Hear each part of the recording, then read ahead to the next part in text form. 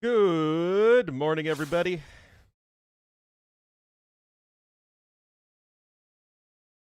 No idea this was a thing.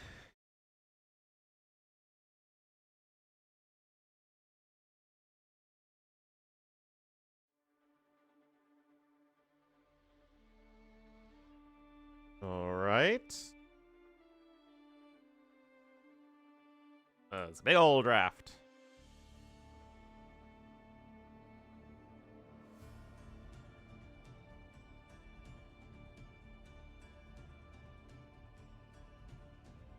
Yo, what's up, home slice?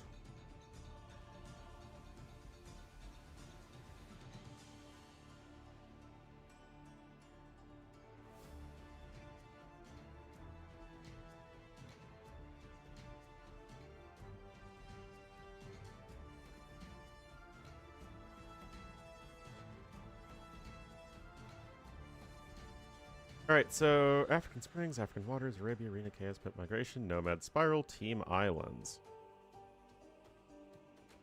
Yeah, I did too. Bounce back when? I only saw the highlights of it. Looked like they started out really slow still, but they got it done. They got her done. But I couldn't watch the game because I was on my date, which went quite well, by the way.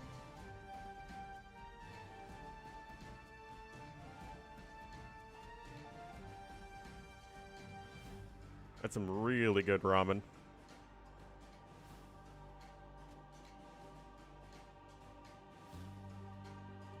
Black garlic and pork belly with some bamboo shoots and an egg. We're having? No. We did walk around downtown Milwaukee, though. It's a nice city.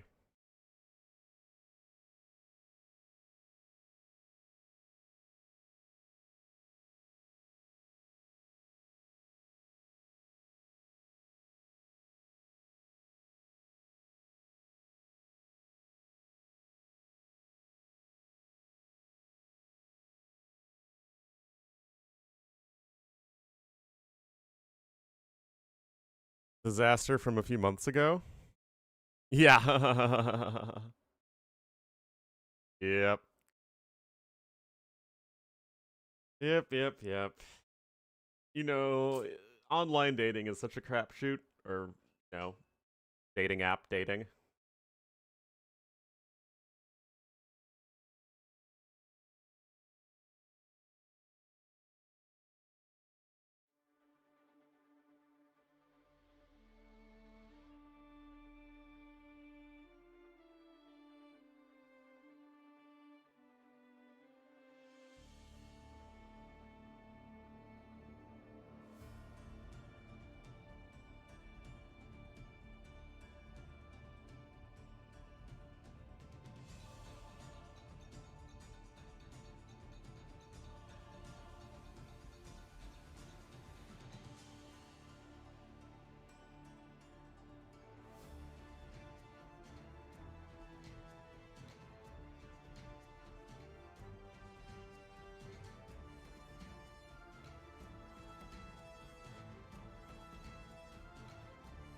You want to go? Really? I never would have guessed. Ah, here we are.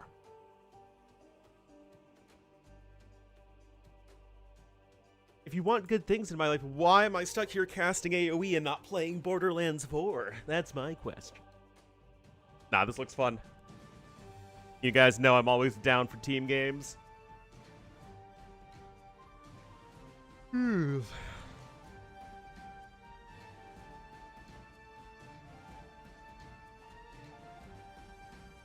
Also, banning Chaos Pit is just wrong. It is all sorts of wrong, whoever does that. And team game migration is also a ton of fun. Big Nomad is banned. Borderlands 4 on stream? I would, but I just, the last several days there's been so much AoE to cast that it's not really been worthwhile. But I might play it on stream after this. It's just to play all 5. African Springs, yeah, I don't care if they ban that one. But I think that means we get Spiral and Clown Town. Oh, you bet we get Clown Town.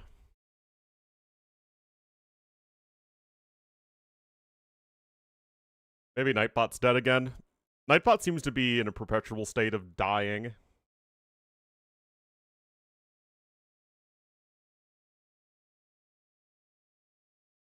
Truly tragic.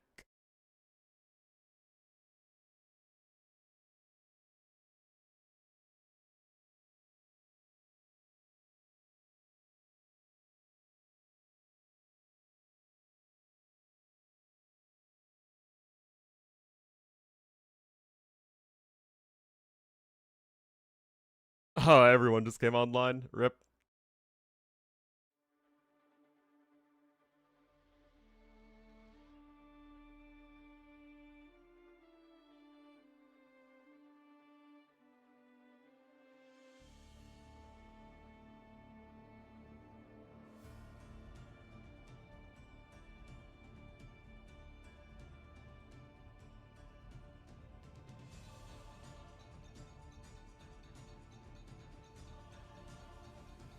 Alright, so hopefully we'll get into the Civ draft in a moment. Meanwhile, I'm bored.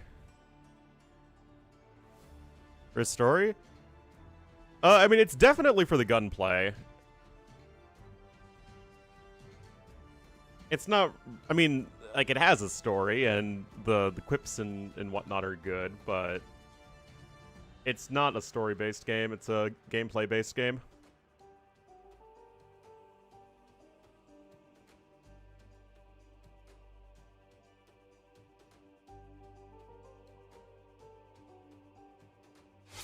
Yeah, the draft's gonna take a long time to do.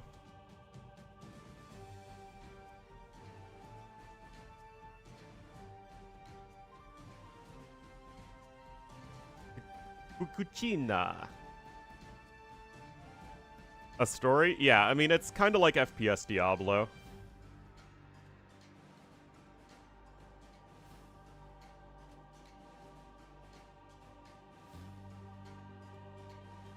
I do not know what language this is. Vitaichi. Czech? Macedonians? Yeah, I would guess it would be Macedonians.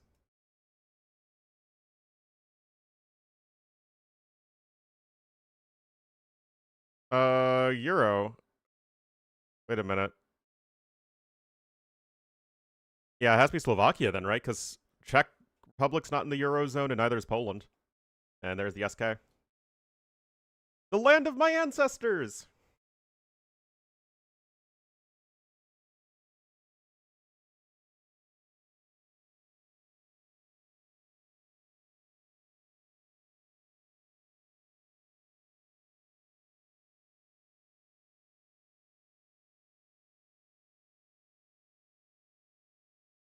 I know Slovakia isn't super big.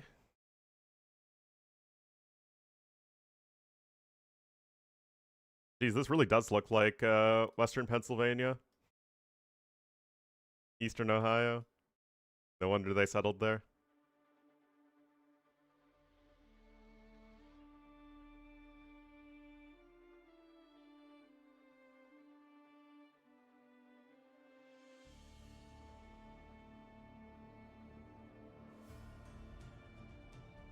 Kosice?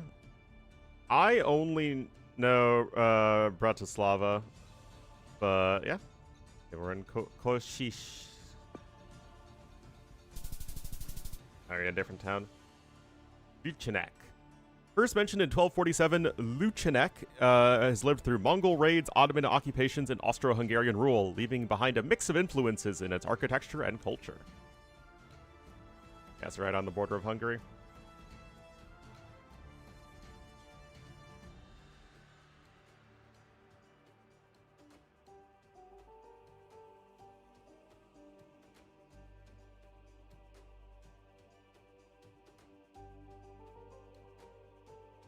Okay, they have at least started the Civ draft.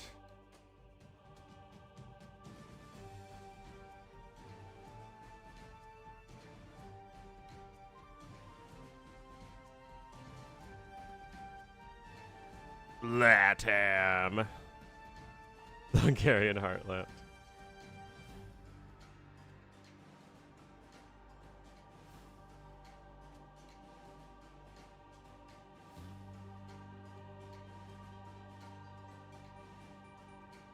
Oh, jeez.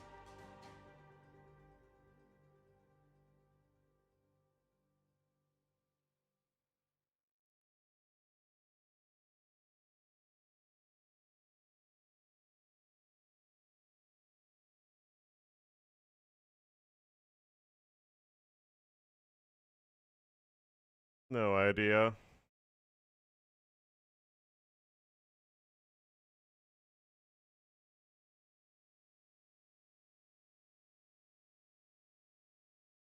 It does look almost European. So maybe it's like Chile or Argentina or Uruguay. They tend to have the more European style architecture.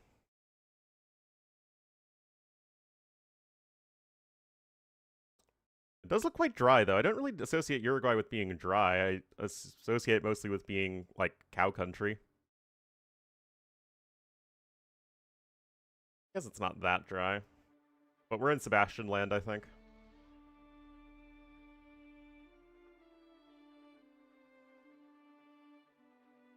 Now, as to where we are in Uruguay, that is a much more open-ended question.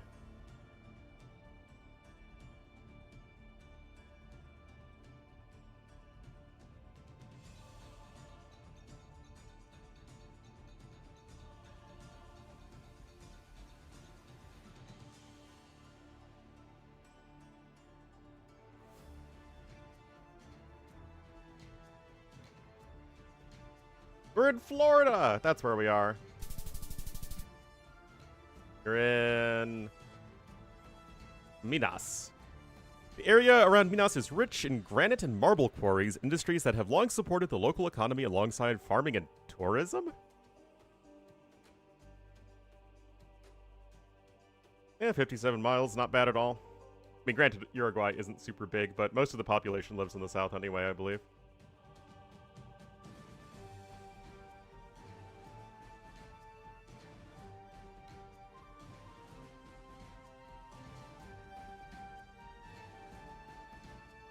Uh-huh.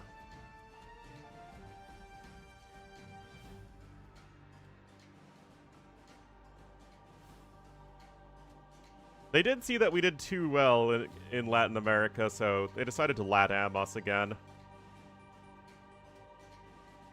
The clouds are really pretty, and the mountainous landscape is cool as well.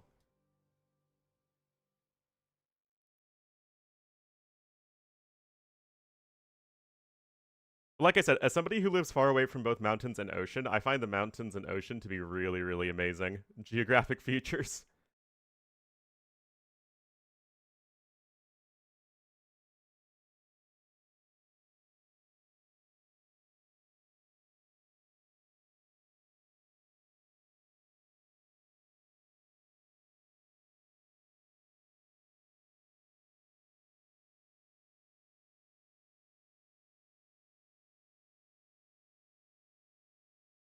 Aurora Island.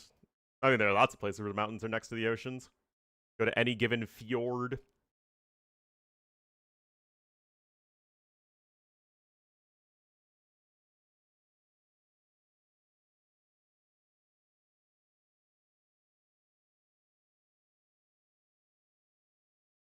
Educated mind. Oh, let me tell you, you'd love Illinois.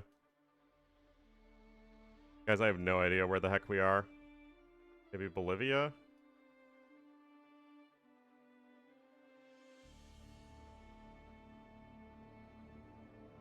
Oh, that's right, you are from Chicago.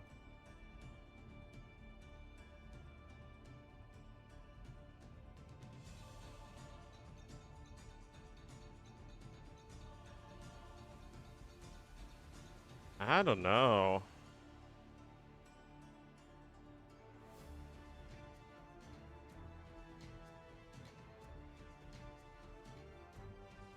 It doesn't look quite equatorial.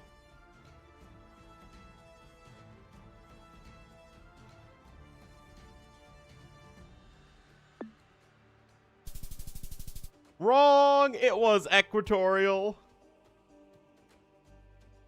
Loja, founded in 1548, is one of Ecuador's oldest cities, known as the musical capital of Ecuador for its rich traditions in music, arts, and cultural life. Uh-huh. That's more like getting lat-ammed.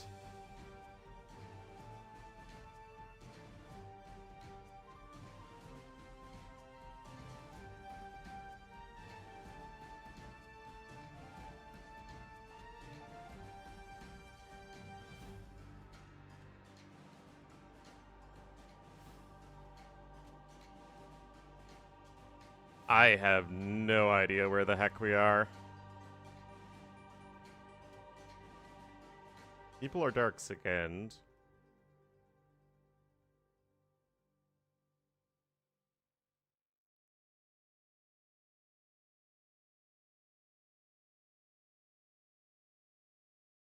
Vietnam doesn't have a ton of street view, especially not out in the countryside.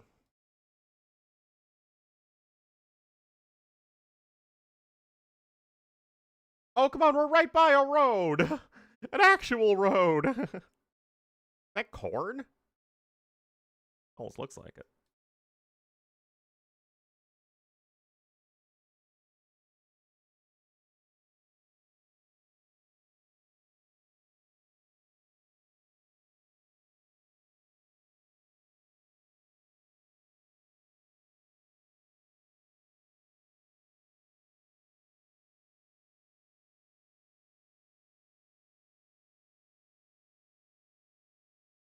Absolutely no idea.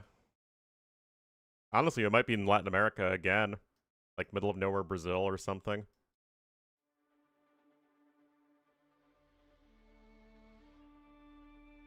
Could be Southeast Asia.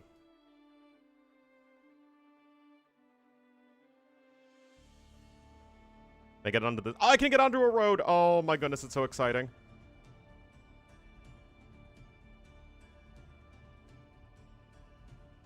And we're back in Latin America.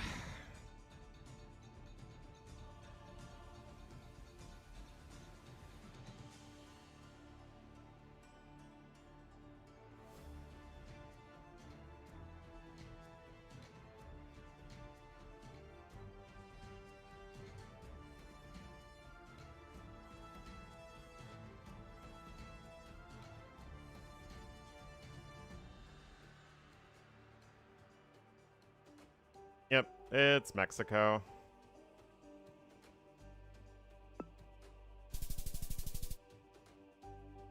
Yep, looked like central Mexico. Irapuato is named the strawberry capital of the world, with its fertile soils producing vast amounts of strawberries exported across Mexico and beyond. To Mexico and beyond. Geez, these drafts take a long time.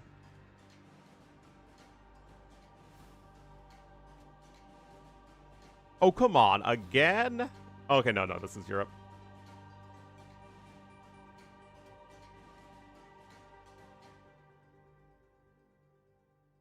Papellaria o Marques? It's a Romance language.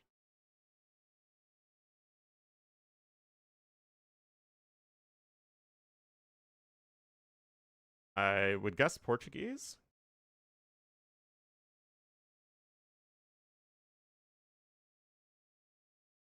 Like Portugal?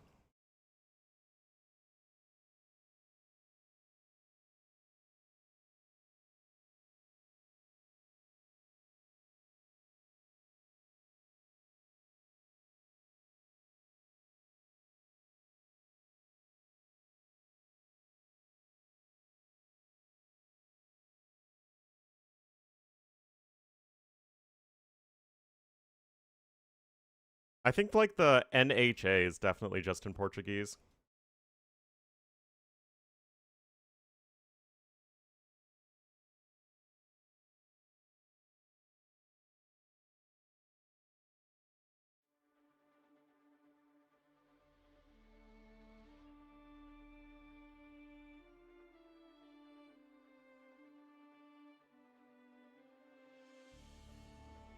Santiago de Pachem Sinas and Troya.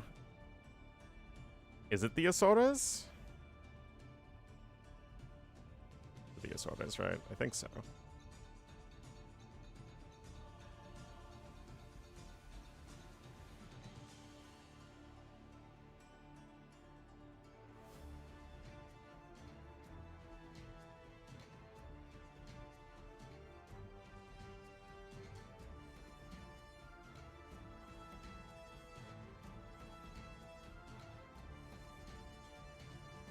Wine and gourmet. Oh my goodness, sign me up.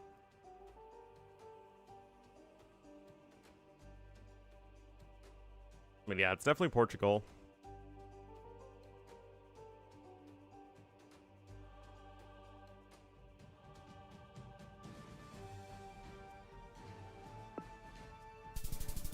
Yep, just a bit further south. Grandola is forever linked to the song Grandola Vila Morena, which became the anthem of the 1974 Carnation Revolution, marking Portugal's return to democracy.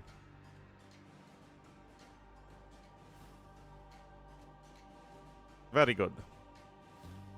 Well, we almost did great. I mean, considering how badly we got lat-ammed, and we had 3 lat-ams, you know, it really could have been a lot worse.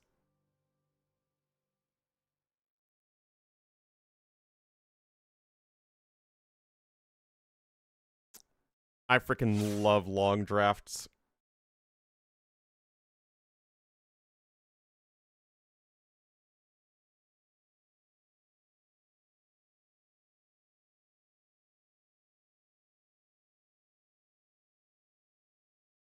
Sigh.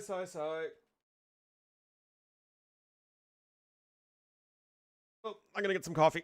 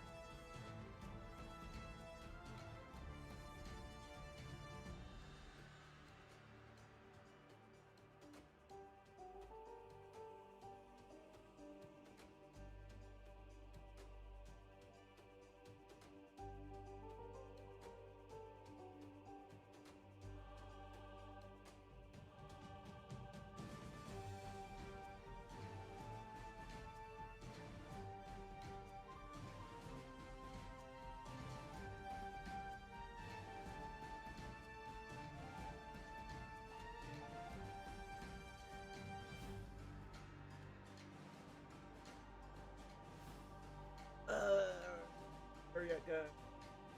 Almost done.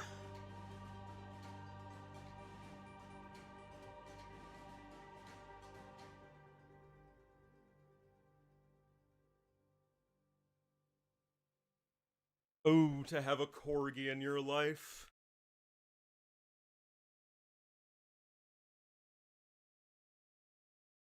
Of the Pembroke Welsh variety.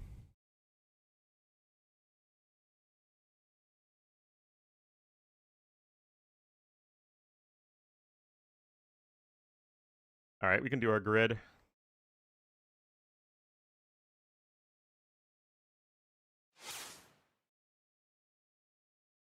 Alright.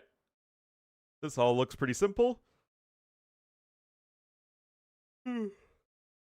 Has Hussar, Lieutenant Galleon, regional or unique gunpowder unit. Civ Emblem has an animal. Can research a tech faster, has up. Oh, that's specific. That is very specific. Alright.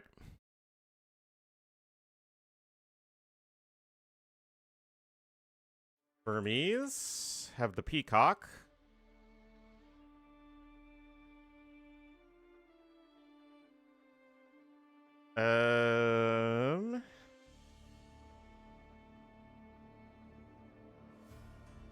Persians have the griffin thing.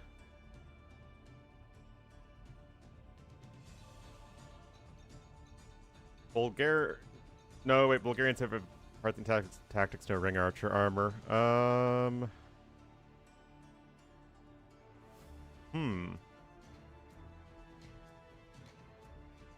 Spanish.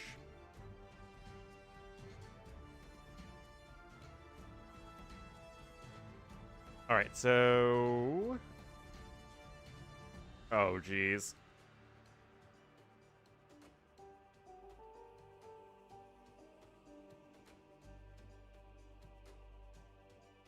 Urchins?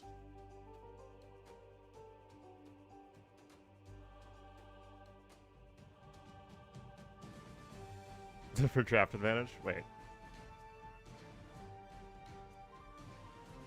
Oh, you also don't have thumb ring, duh. Oh boy.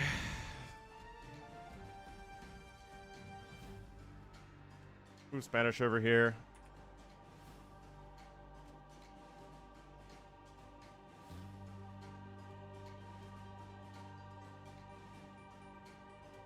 Fully get like... Chinese have fully upgraded CA minus Parthian tactics, but they don't have an animal.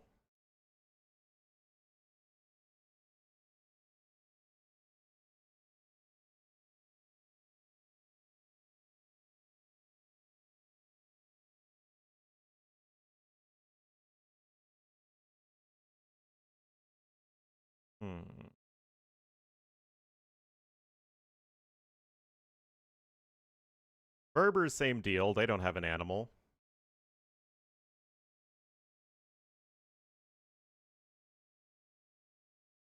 Hindustani, same deal. They don't have an animal.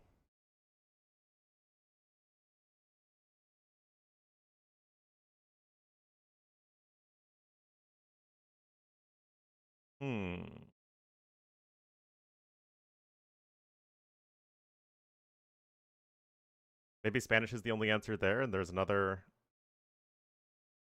unique gunpowder unit. And it's not Bohemians or Portuguese. And those plus Spanish are the gun... And Turks, obviously, are the gunpowder unique units.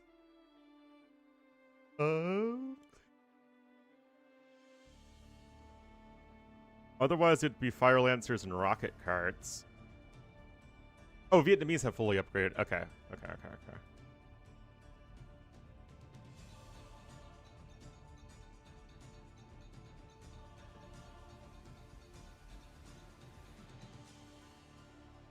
Okay, the rest of these should be pretty easy. This can be Berbers.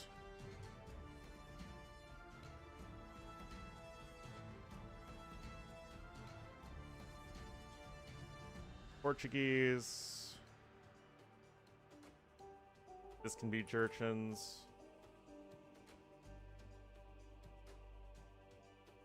Bip. This Turks. And this. And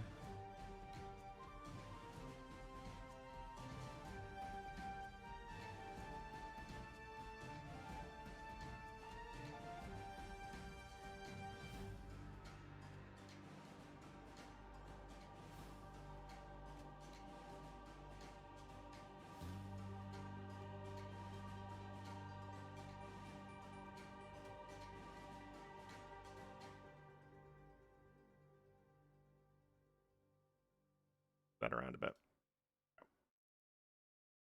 A little bit trickier than I thought. Yeah, Spanish was the only one over here. Everything else did have options, though.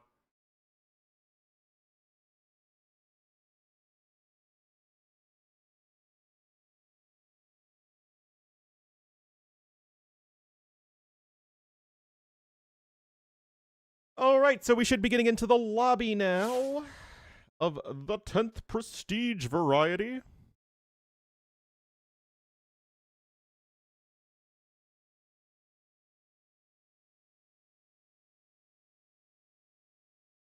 Looking forward to this. Onimaru and Tag are both quite good teams.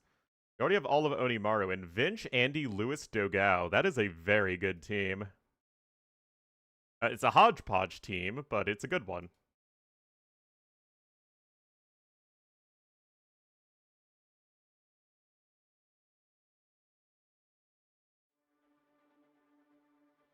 Whereas, who is on Tag? MBL, Sato, Sora, Z40. It's also a very good team, but I think I might like Onimaru better.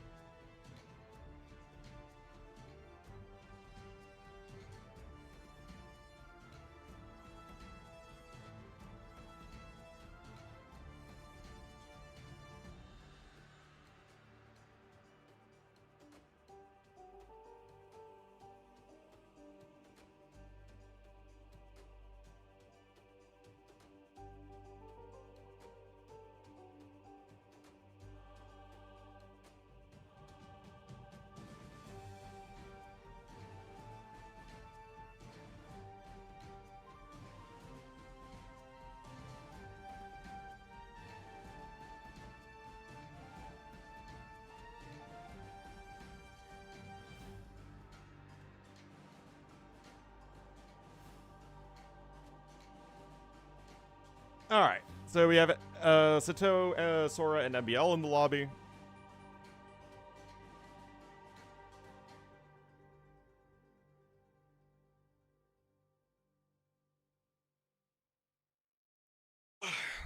Ornlu a stretch. I learned how to stretch from the corgi.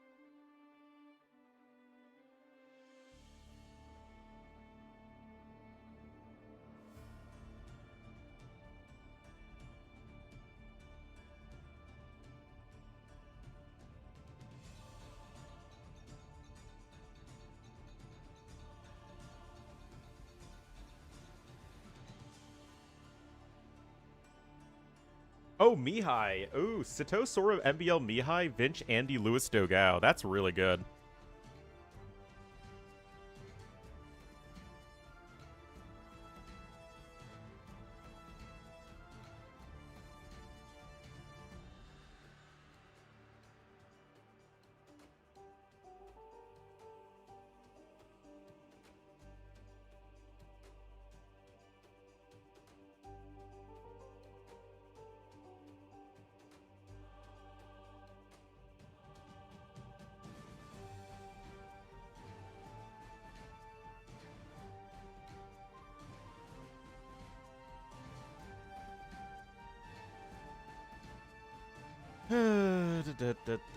Now we're gonna go back to Ornlu a job searching, because that's how sad we are.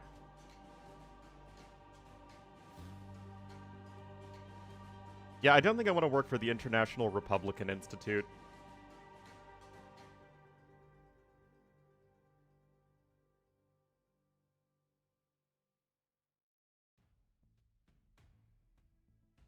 Oh, are we starting? Oh, we're starting. See, all I need to do is threaten them with job searching.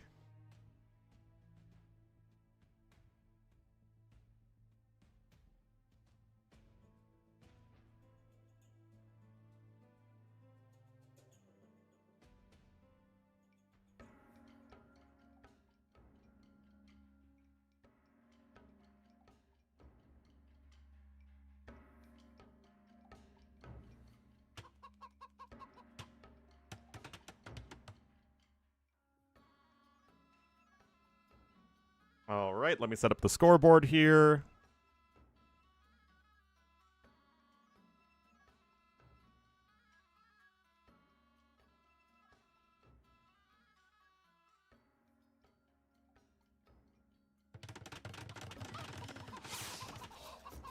Alrighty, kiddos, here we are. Gonna start things on Arabia. We'll feature... Oh, man, I love me some team games. Feature here in the east on the flank as the Ethiopians for Onimaru. It is Dogao. Lewis is going to be the yellow Romans in the pocket. Andy's going to be the purple Franks in the other pocket. And Vinchester is going to be the orange Vietnamese on the west flank. But our opponents here for Team Tag will have MBL in the gray as the Aztecs on the flank. Sora as the Wei in the pocket, the only actual Taiwanese player here. Sato's the green Slavs in the other pocket. And Mihai as the blue shoe on the east flank. Bit of scuffling happening over here. Onimaru since like a couple weeks ago. It's pretty recent. So, I do think these teams are pretty evenly matched. Take a look at the Civ matchups. Ethiopians and Shu. I like Ethiopians more. I still think they're better at most stages of the game than Shu. I think Shu are probably like a tier down, although they are still decent enough. Pockets on this side, Roman Slavs. Romans are faster than Slavs, but Slavs will power up better throughout the course of the game.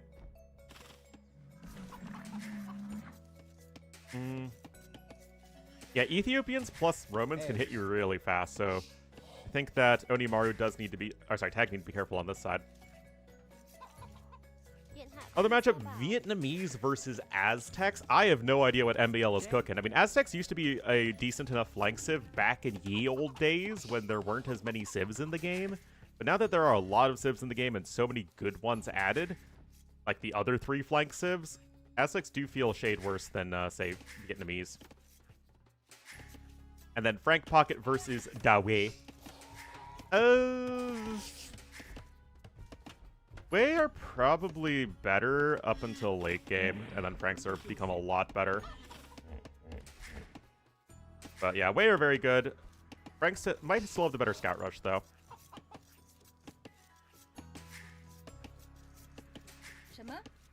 Shema. Alright, so it looks like nobody's lost anything yet. Everyone's keeping their TCs going. Oh! Oh, boy. Just MBL things. I don't... Did Vinch flame him too? Nope, Scout's still full HP. So MBL just getting all the rhinos. Hello, Norther. Alright, Loom coming in as players are going to start to look to click up to the Feudal Age.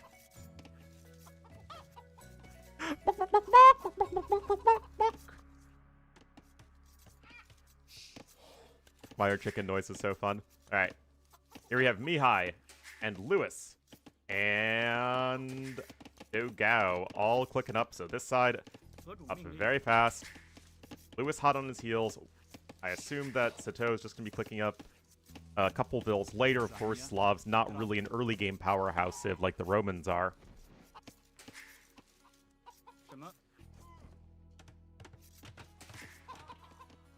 So MBL, Sato, and Sora all clicking up at the 20 population, which is a little on the slow side in the current team game meta, which is just wild to me. Guys, remember when it was 22 pop scouts from the pocket? New best player in the world? Oh, yeah. That was an impressive run from him, though.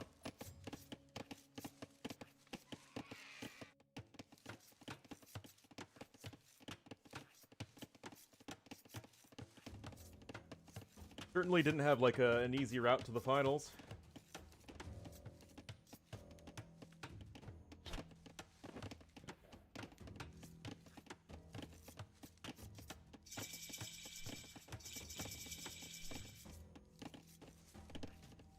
All right. Feudal Age is in, and it is go time.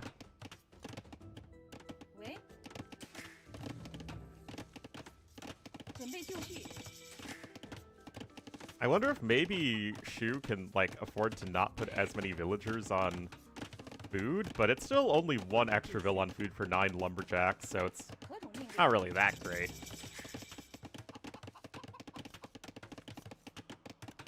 Oh, look at this teamwork. Sato pushing in Mihai's ostrich. How friendly. Anyway, Mihai only has 1 range. I guess this is part of clicking up so fast, but... I mean, people have already gotten their Ethiopians builds down pat. Defensive Watchtower coming in immediately here for blue. That could certainly hurt. Meanwhile, Vinchester is up a little bit later, of course. And MBL's also only going 1 range here, and he's walling up because he's MBL. Yep. Now we are here in the pocket.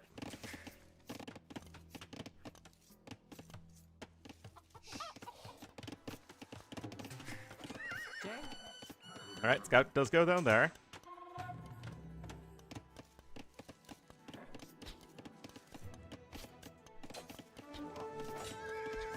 Ooh. Nice little bit of movement there from Andy.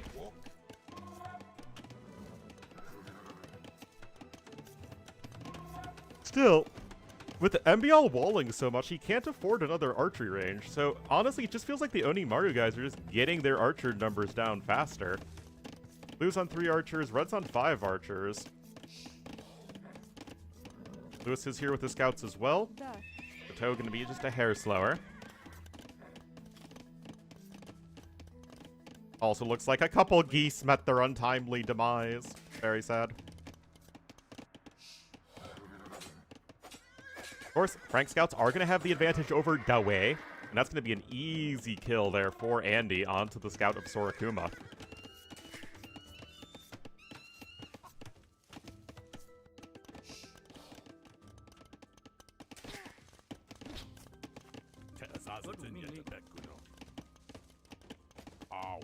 Alright, Dogau's here with his archers. Now there is the defensive watchtower in. And I still think Onimaru have a much smoother start. Well, that pressure from MBL did not go anywhere. And Onimaru have a 9 army advantage. There's only now the second range coming in from MBL. Really not super impressive. What is a team wall in the year of our Lord and Savior Doubt 2025? What is this? They were not about team walls, we're about egg bases, man. And trying to hamster your way to victory. What? Okay, no problem.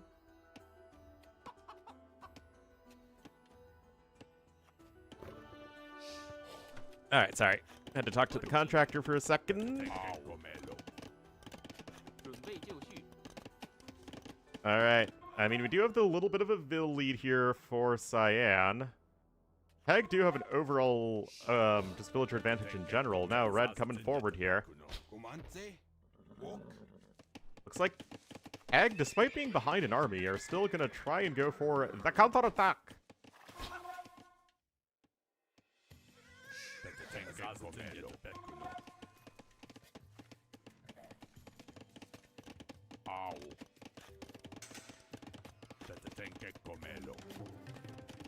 All right.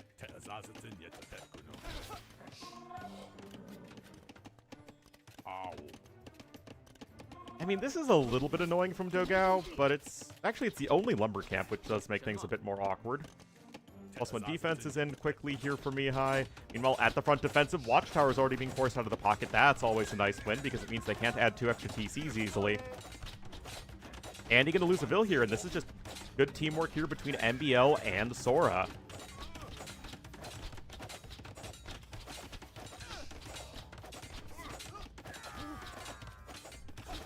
AoE feels stale. I mean, we just had a big patch not that long ago. We just had a DLC not that long ago, and yet I don't disagree with you.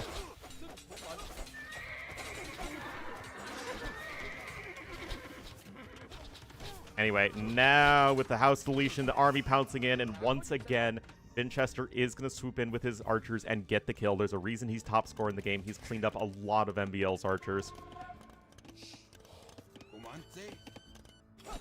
Oh, on the other side. I mean, this felt all but inevitable, honestly. AoE viewership's also really down, I think, for everybody.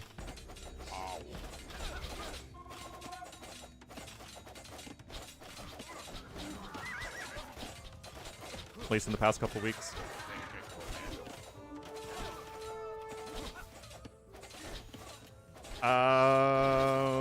This is probably close to GG.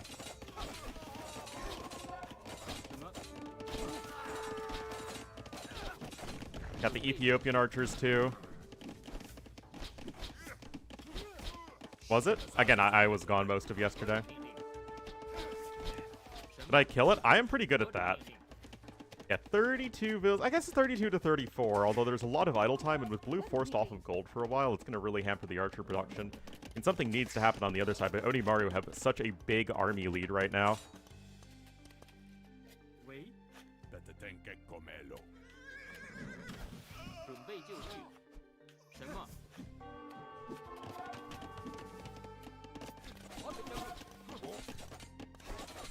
All right, Castle Edge coming in for both Andy and MBL.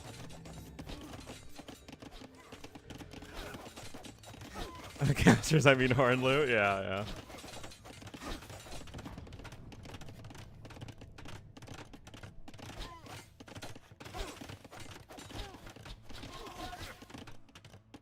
I mean, maybe it's my fault. I can't prove that it isn't my fault. Oh, another big scuffle, but those Vils are having a real sad go of things. Scouts have +1/+1 here from Lewis.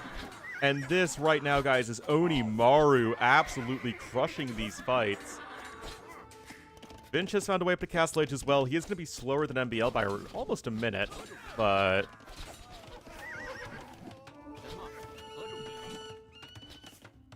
yeah, it just, the builds were better. The hamstring was stronger. They took fights together. I like the civs a bit more.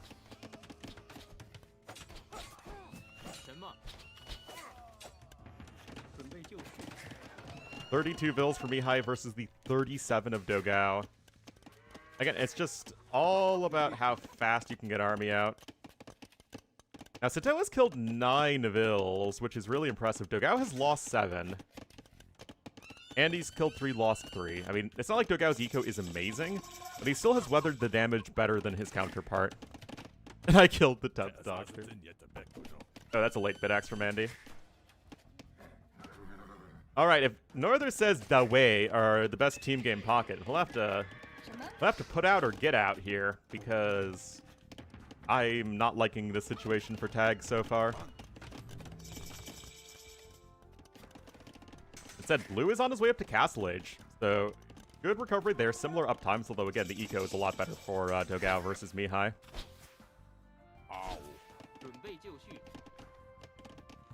Odd Crowsaw here for Vinchester, who is on his 3 ranges. University coming in for him. And you can see that the team wall never was successful. Well, at least not the full team wall. This area, I mean, if you cover this area, it is actually a full team wall. The grassy knoll. Oh no. Alright, got some light cav here from Andy.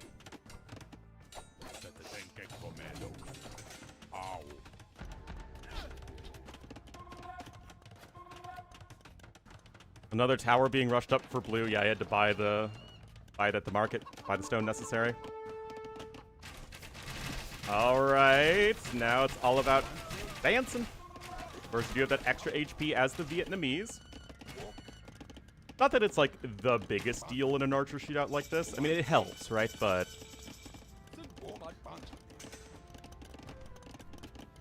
usually with, you know, archers, it's the DPS boosts that are the bigger deal. That's just a dead chicken on a hill. Feels bad, man. Anyway, we got the hey Guang Cav. Finch, no ballistics yet. In fact, MBL was the first person to research it. Nicely done from him, and the fox is in the chicken coop. Oh, it's always the fox in the chicken coop, guys. Oh, another victory here for Onimaru. Oh, Sato's having a big Sag time. Did not expect the light cav to be able to find a way in. But that's just what you have to do. You have to make sure you're fully walled. Godfather? Yeah, the Godfather's great. It's one of those movies that, yeah, it's just one of the best of all time. First two together.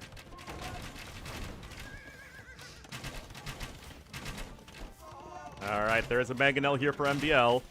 Probably like the only player who focuses on Mangonels in frickin' team games. And of course, the Wei are a very strong mid-game civ here with their Haeguang Cav. 51 bills for him, 51 for Andy. Both are on 2 TCs, the only players on extra TCs. Oh, bit of miscommunication here from Winchester and Andy. Now, they have played together in the past, I think, for some tournaments, so it's not like they're going to be completely surprised to try and work together, but still, that is a good moment there for tag, and a very much needed one, as the army numbers are actually swinging in their favor. Yeah, Winchester's only been part of Onimaru for a couple of weeks. Only 38 vills, though, for green is really rough, especially because Lewis is on 51. Macro from Lewis has been great.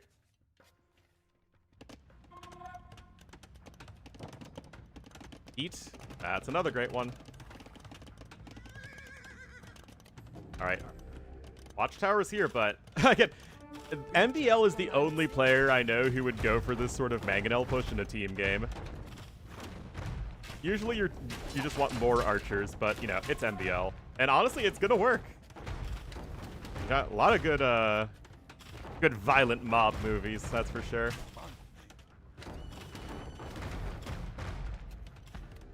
Alright, Watchtower's gonna go down. That gold is gonna need to be abandoned. There is no other gold income for the nunts. 63 bills for Andy, so he has the highest bill count. Meanwhile, on the other side, oh, is this what tag needs, guys? They're still way behind in eco, but if you can take good fights together, that's all you need to do. Lewis or Dogao, a little bit of miscommunication there. Whereas, obviously, Mihai and Sato, who've been playing together for a while now, very much on the same page. Meanwhile, look at this. The army's definitely swinging around. The guys here on tag need to make something happen, but they have the ability to do that. Second TC coming in for Lewis. And there really isn't a whole lot that's anti-Mangonel here. Andy's lost quite a few knights. He's also been focused a lot on the booming. So he's not really as able to dive the Mangonels as he would like. And look at this! Winchester, Fast Imchester is back. 64 bills is actually really impressive. Winchester's doing great this game, but right now, Tag, for the first time, actually have a score lead.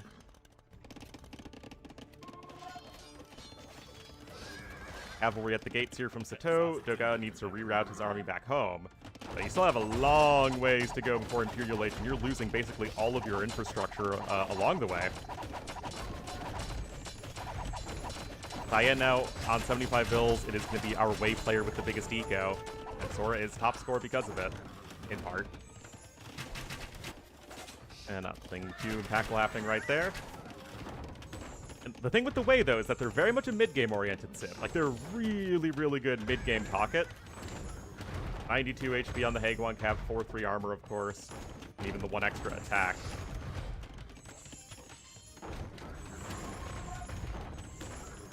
Oh, nice hit there for Vinchester, though. And Lewis and Andy are coming in, so it's going to be a 3v2 front. This is what Onimaru were looking for. A decent enough mangonel hit there from MBL, and they are able to take the fight on the hill, microing around. Vinchester, really good mangonel micro. And look at that. All of this is going to go down, but on the other side, it means you open yourself up because Lewis is no longer with Dogao. And of course, the guys here on tag are going to try and exploit that. And these armies are pouring in. Lewis is going to fully stonewall this area-ish. This fight is finally wrapping up. Hempia, oh! Wow, that was one of the biggest letdown mangonel hits I've ever seen. A bunch of low HP archers downhill and like one died. Oh!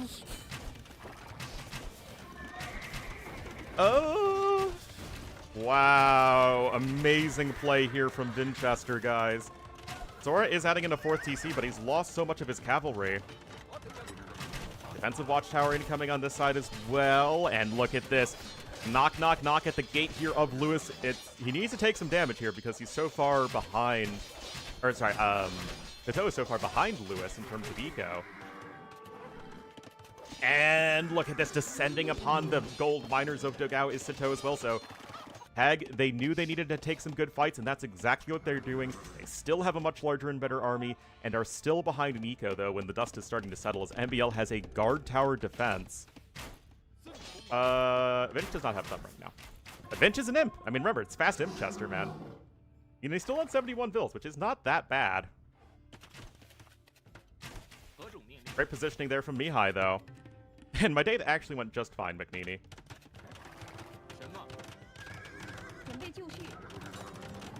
Alright, defensive castle coming in here, and maybe some Tiger Cav could help out, but the thing is, you don't have a good generalist unit as the game goes on, because your Haguan Cav are going to die really hard to enemy archers, but your Tiger Cav aren't really going to stand up in good melee combat to good enemy heavy Cav, so it's a bit awkward, I feel. Don't just sit there, Vinchester, please. Okay, well, that was a lot more losses than was necessary, but whatever. Lots of market usage, and MBL finding a way to click up. Very good for him. He's still trying to pressure his opponent and just take some of the heat off of his ally, Sorakuma. But Andy is here himself. 20 kills, 15 of which are villager kills. I mean, you're still on 80 vills, though, which, again, it's not that bad. Oddly constituted, as in it's a bunch of random players on both sides. Yes, it does feel like that. But very good players. I mean, I think these two teams are very balanced and have a lot of talent, but it is a bit weird for sure. All right, archers on the hill here for Dogao. No thumb ring in for him yet. And he's on his way up. Andy's on his way up. Honestly, both teams not afraid to just take swings at each other, as Sora, even as he is getting wrecked at home, is still just doing the wrecking on the other side. I mean, the way Haguang are going to be so good against the Knights here, and yet they're going to be not very impressive versus the archers. Team together, I think you would be right.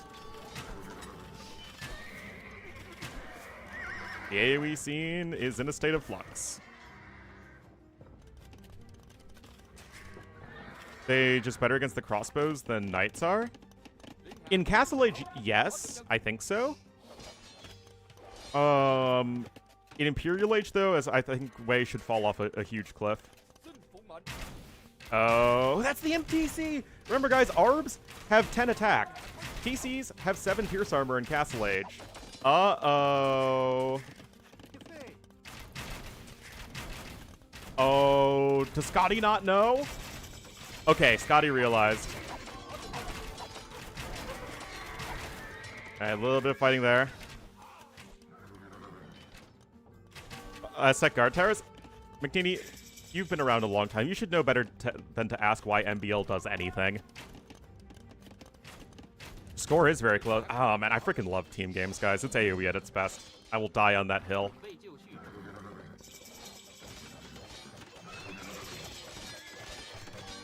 All right, Lewis desperately trying to repair, but he is very much stuck in the castle age.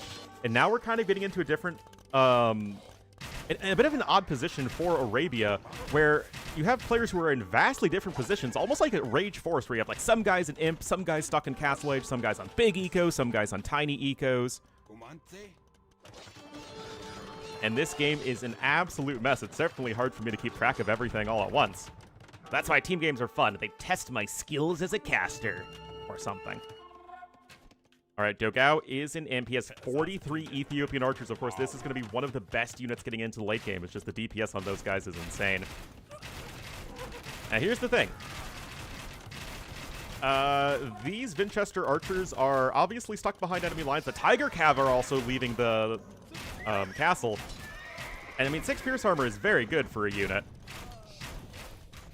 But, well, they're also going to supercharge themselves with the attacks here. Like I said, Aztec's Way, I have very little confidence in the late game for. It just doesn't seem very good. Especially as the archer numbers continue to climb for Winchester. Off again, pretty please. Nope. All right, 2 archers here for Mihai. He's getting ring archer armor. And no ARB yet for Dogao. Uh-oh, this could be the exact fight Tag is looking for. Oh, Mihai, who got absolutely clobbered early on, fighting his way back so impressively. As, I mean, right now, Dogao is just losing absolutely everything. Lewis is on 73 vills and stuck in Castle Age. He's in a terrible spot. Sato is also in a bad spot, but now, you know, he's at least catching up. And Slav Eco might be getting better than Roman Eco at this point. I'm not entirely sure.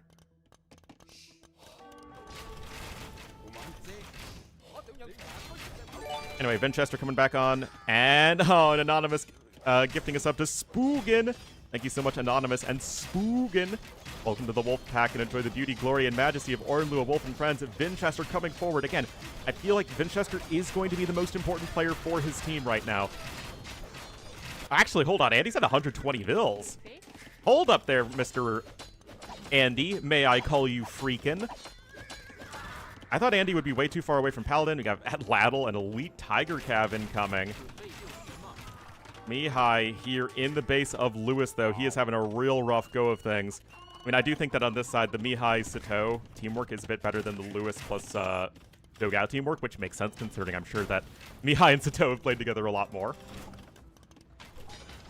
Anyway, 50 villager lead for Onimaru, and they have a slight army lead. And now we got the Frank Castle coming in, but the Elite Tiger Cav are here.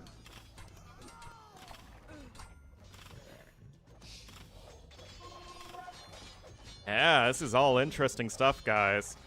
Remember, we're well past the 40-minute mark when teams need to start thinking about trade, but they've been taking such heavy blows back and forth.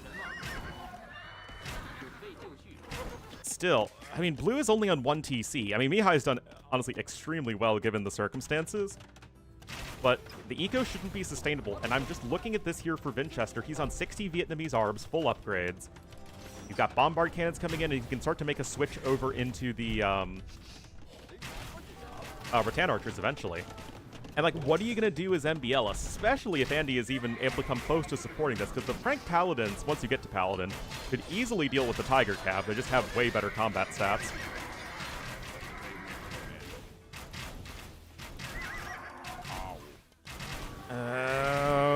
Okay, Dogao trying to help out here. Remember, the Shu don't have their unique tech, so their archers are generic.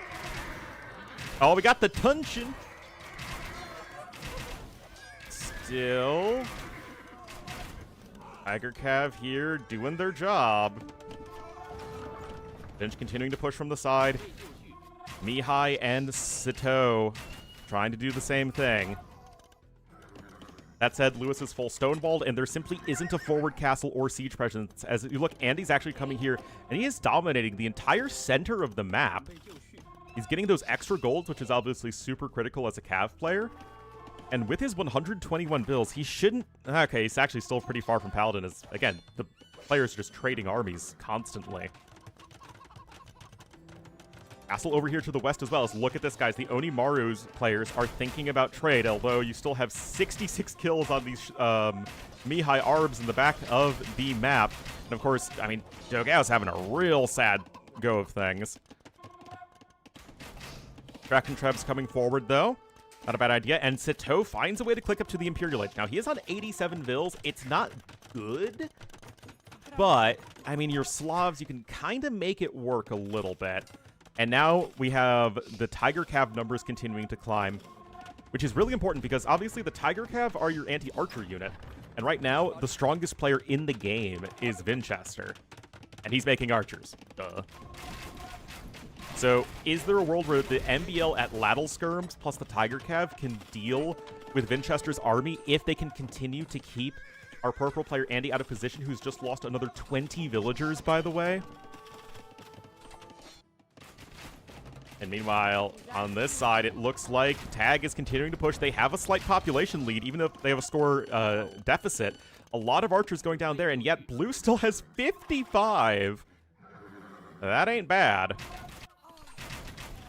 I mean, Sora's just been so active with his own Tiger Cav, MBL hanging in there quite admirably, but Paladin is on the way for Andy, guys. And I think that dealing with those Frank Paladins is going to be super tough.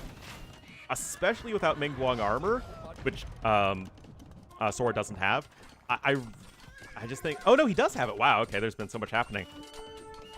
Again, I think even with Mingguang armor, the Frank Paladins should still win pretty decisively.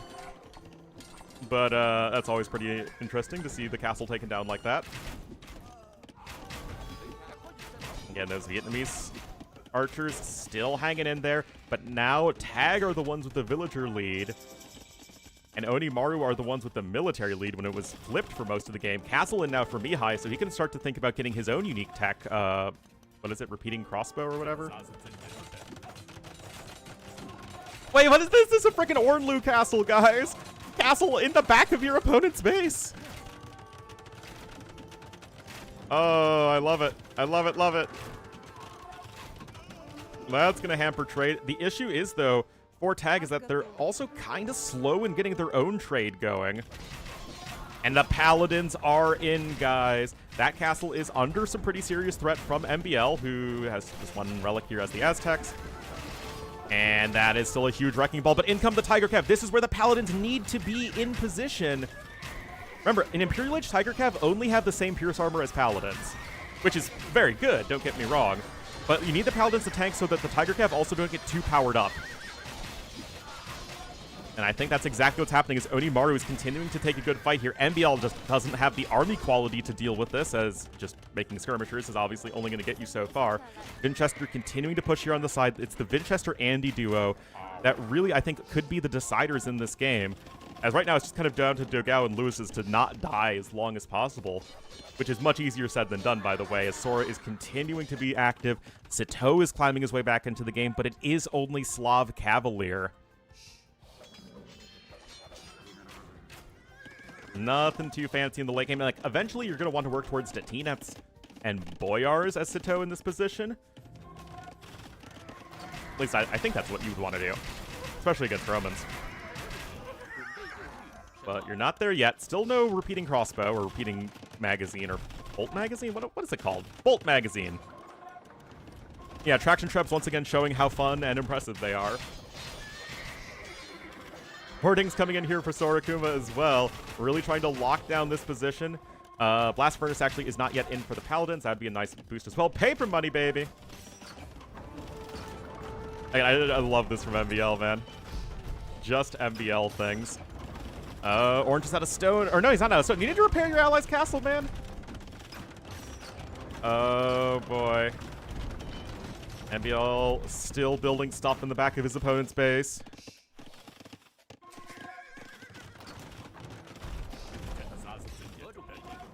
And still 3 Trebs here for Dogao. I mean, he's back up to a pretty substantial army. Show their quality like Faramir? Exactly. But still like to see Andy try and pick up Blast Furnace, but obviously there's so much that's happening in this game. Oh, now the rice farmer hats are coming in. They are now fully upgraded here for our orange player. That is going to be a tough one to stop. Hello, Hassan.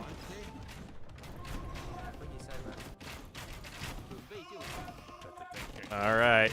Dogao is also missing the last armor upgrade. And now the paladins are coming in.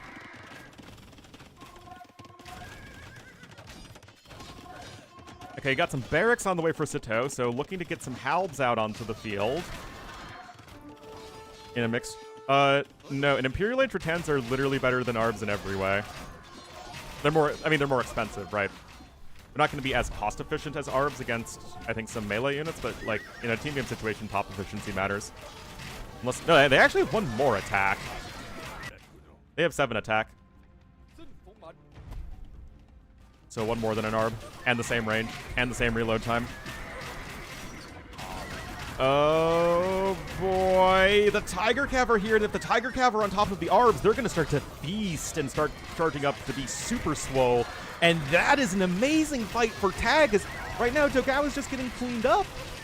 Lewis doesn't have anything, he's still stuck in Castle Edge. Has he been slinging? I think, no, wait. Oh. Finch was the one that was slinging. Oh, Lewis has just been not having a great time then. Oh, no. Oh, 97% of the Castle's Tag are now going to come in for the big counterattack. Oh, that was the perfect fight together for the Tag players. Vinch going to try and get 45 wall, but now MBL pushing on the side. And yeah, of course, Orange is at max pop, but Vinch can't win this all by himself. Andy trying to be everywhere at once, but it's going to be really tough for him to make Paladins going forward. He only has 17 on gold. MBL has been so active in the trade line. It's just way more difficult to sustain your army here as the Paladin player. And now, I mean, we have our blue player right back up to a huge blob of archers, although the siege component is definitely still lacking. But I mean, Sito is able to rebound so much more effectively than Lewis has.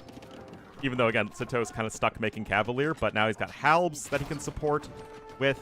And although I don't think he has Druzhna yet, no, he does not. Even just mixing in some Halbs is going to be really effective when Red doesn't have that many units. And look at this. Looks like Dogao is maybe running a little low on gold. Actually, not quite yet. Oh, and we got Cao Cao.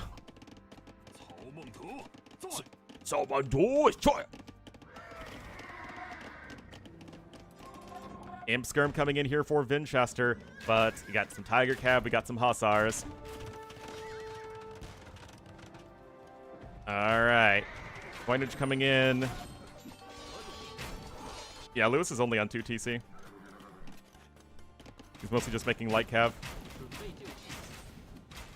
I'm not sure if Onimaru can deal with this at this point. I mean, ever since that huge fight there in favor of Tag, I mean, you have Andy who's stuck making a lot of Frank light Cav. That doesn't feel great.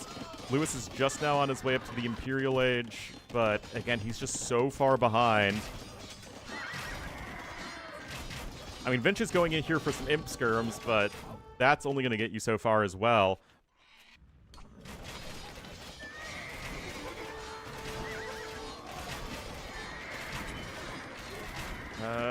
Aztec Arbs aren't super exciting, but again, there's only so much Red can now do to stall and hang in there. Yellow doesn't have much, and you're kind of relying on Andy and Vinchester to be everywhere at once, which obviously they can't do. So it seems like, although all 4 of these players took heavy beatings, it looks like Mihai and Sito were able to rebound a little bit better. In part thanks to also to, you know, Sora being able to help out on all sides, and Sora was able to help out on all sides because MBL was being such a pest and keeping everybody occupied. So it really is a team effort. Trade tab, here we are. Yeah, it's minimal for all players. I mean, Vinchester and Andy and Sora have the most, which makes sense given the game state.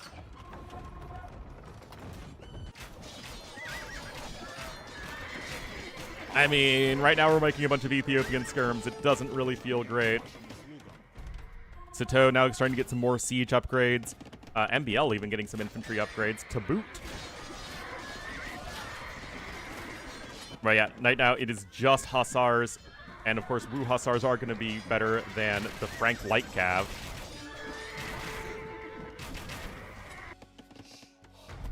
One hour and 4 minutes into this, and once again, team game 4v4 Arabia showing that it is da bomb.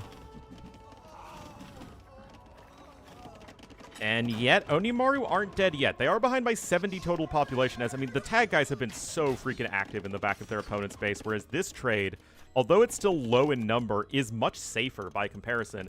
You can see Sato starting to wall things up for his allies, too.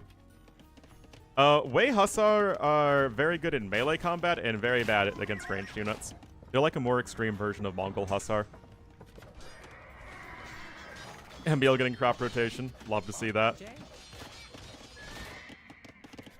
Yeah, Sato still being super active here. Like, Sato's bottom score on his team, and he's still helping out with the raiding, he's helping out with the push here, and he's walling. I mean, again, everything you can do to help out your team.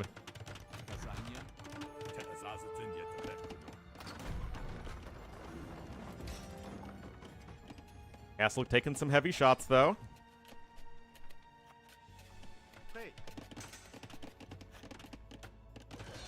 And now it's going to be Lewis who's going to try and become active in this game once again. I think that was Druzhina in. Druzhina is in here. And, of course, Sato, like I'm saying, guys, he's on a max pop. Sato deciding to go full beast mode here.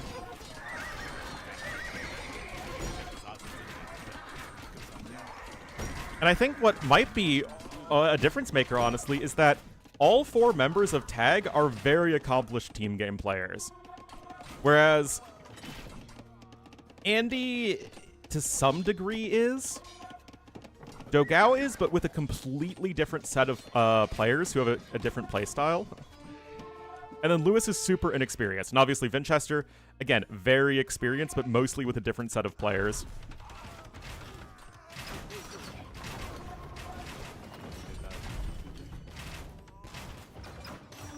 Anyway, Trebs are trebbing. Oh, the lag is coming in. You love to see it. And now it's actually going to be Halbs from Dogao to try and help out. But right now, Onimaru are struggling here to defend. They have the army advantage numerically, which is pretty crazy. Andy also stonewalling for his allies.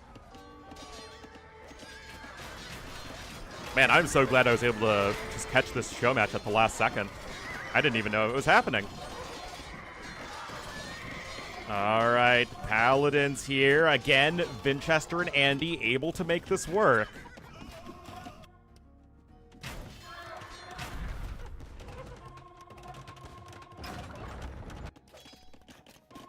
And now Lewis is going to try and be helpful again. Start to mix in those, yeah, I do think it's a big mistake he's only on the 2 TCs, though. I mean, everybody in the game is losing villagers at a fairly alarming rate, so you need to be able to replenish those as fast as you can.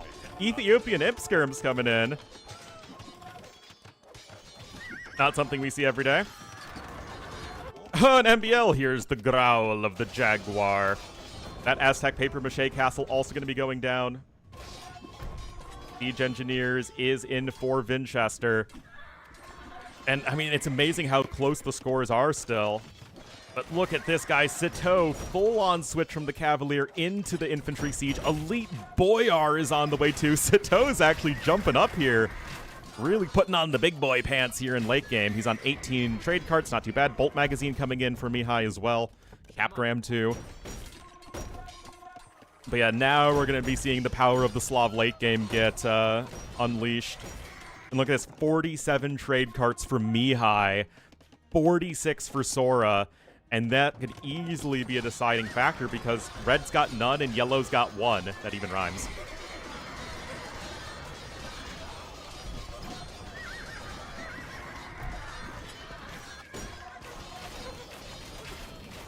Yeah, now with Bolt Magazine in, now the Shu are going to start to look a lot scarier.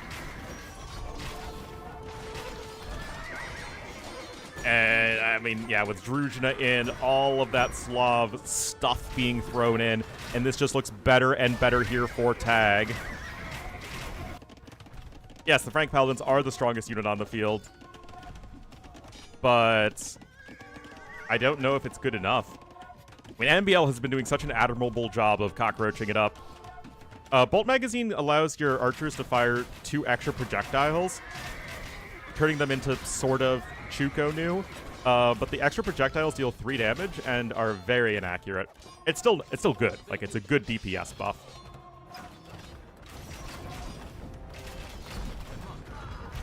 Let's see. Datinet's coming in, as we're going to have more castles here. Elite Boyars are going to be on the field. I mean, this is about as feels good a Slavs moment as possible. You got infantry, you've got siege, you've got your heavy cavalry. And yet, it isn't enough to break here. I mean, this castle has been able to do so much work here for Dogao, as she was so freaking bad at taking down those buildings.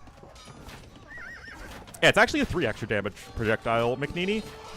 It's just obviously everything in late game basically has at least 2 pierce armor, but it's still something that's worth noting. A heavy Haegwon Cav now coming in for our Wei player.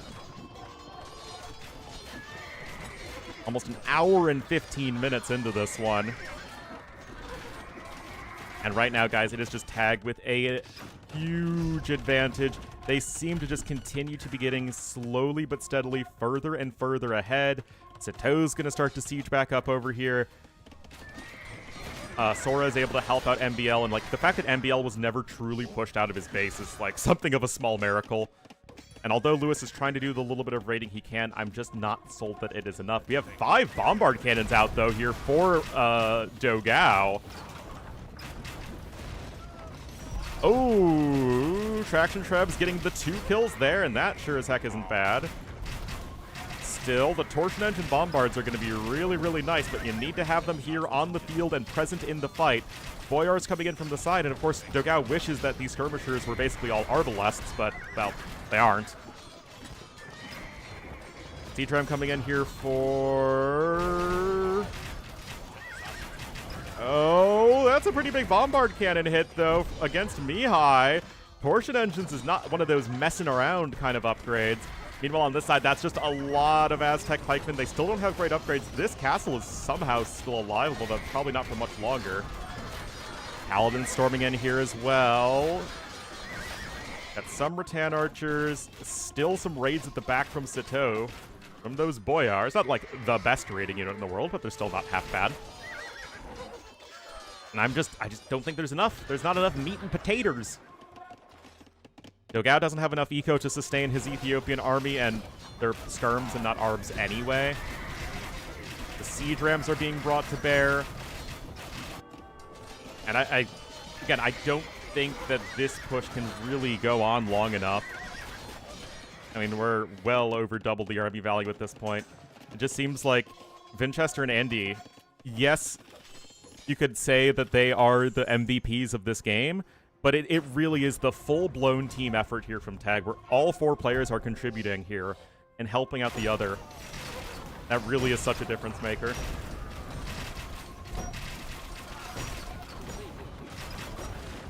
This is looking like a game number 1 victory in this Play All 5 show match, going to Tag.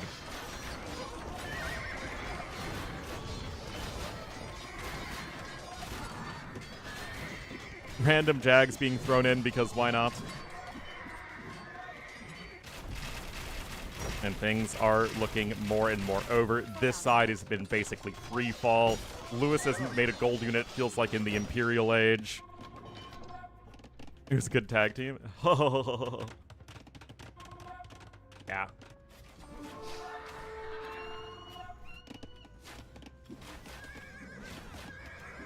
Again, Vinchester and Andy both played so freaking well, and yet it's just not enough. It needs to be a 4-person team effort.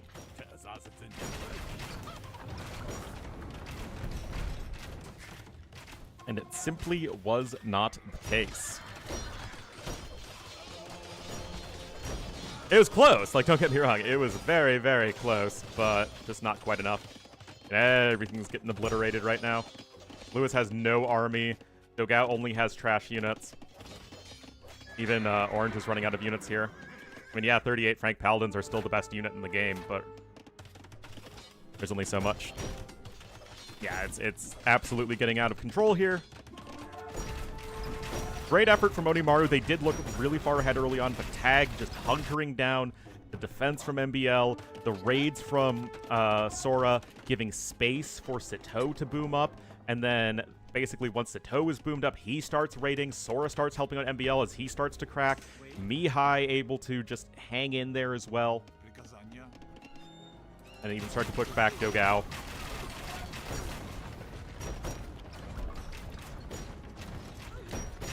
And obviously everything is all Toasterino here.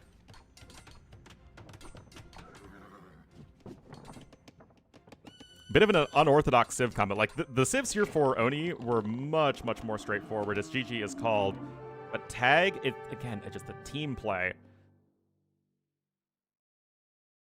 Really, really good game number one, though. Like I say, team game, especially like late game team game Arabia, is literally AoE 2 at its best.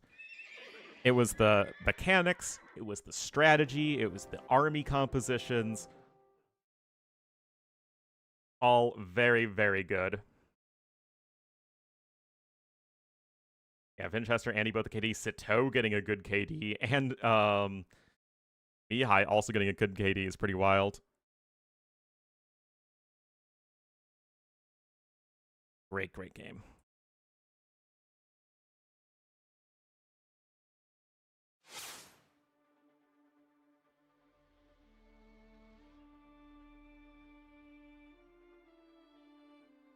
There's Tag. I guess game number one was just fixed on Arabia. I don't even have anything else to show up here on AoE 2 CM. Anyway, Tag winning with Dawei, winning with Dashu, winning with Da Slavs and Aztecs. Over Ethiopians and Franks and Vietnamese and Ethiopians, Franks, Vietnamese, and Romans.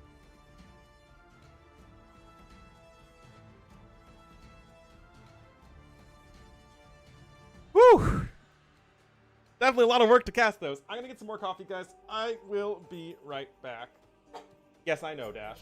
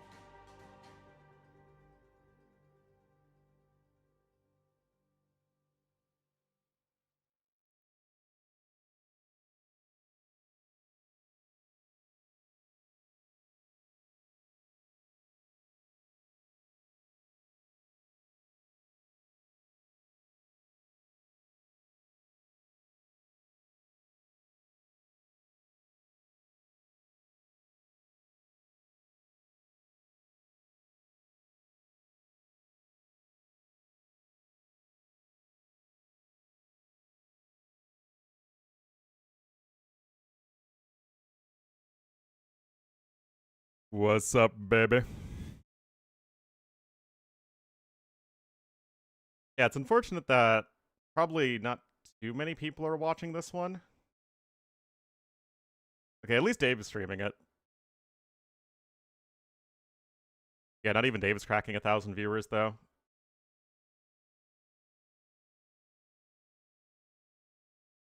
Yeah, I mean, just viewership seems very low right now. Where did I go? I went to get more coffee, and I went to go to the bathroom.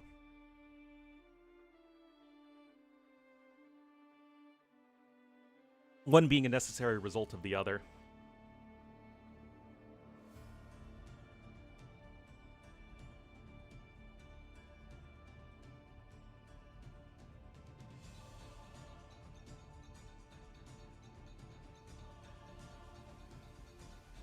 Hard to watch most of the time? Well, I thought I did at least an okay job casting that game. You know, first game of the day and all that, but... You know, it's my job to show you the important moments in the chaos and to get you as excited as I am to watch this high-level play.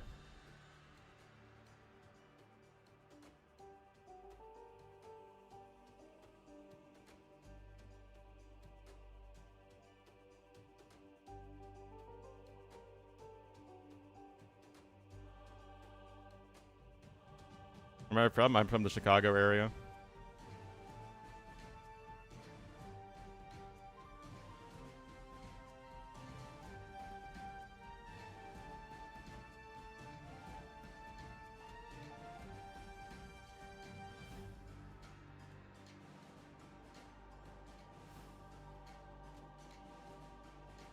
Next, Team Islands by the looks of things. Which I also love.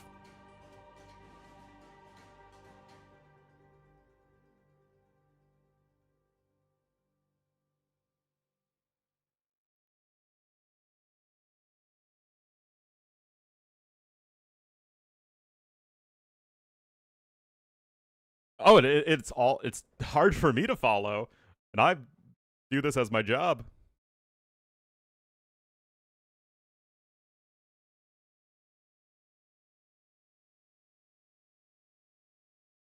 That's why it's like there's just no downtime once the action gets going. I just have to keep talking. Also, Onimaru picked the way more interesting maps to me, Team Islands and Arena, as opposed to African Waters or Spiral. And that's not even a hybrid maps thing. I actually think hybrid maps can be fantastic in team games.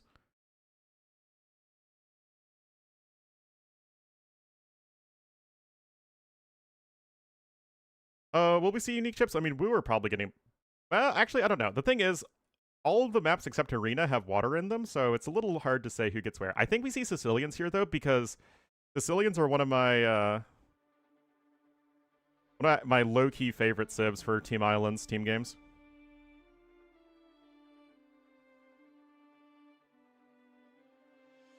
Cheap transport ships are really nice.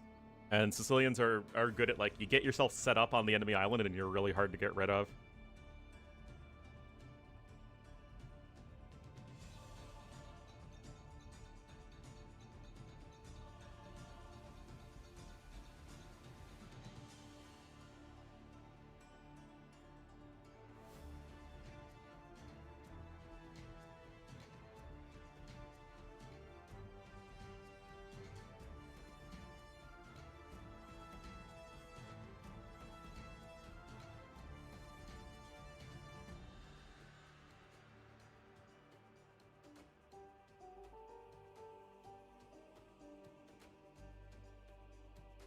It's picking them in the Pilgrim Z-style team game maps? Yeah, they're good.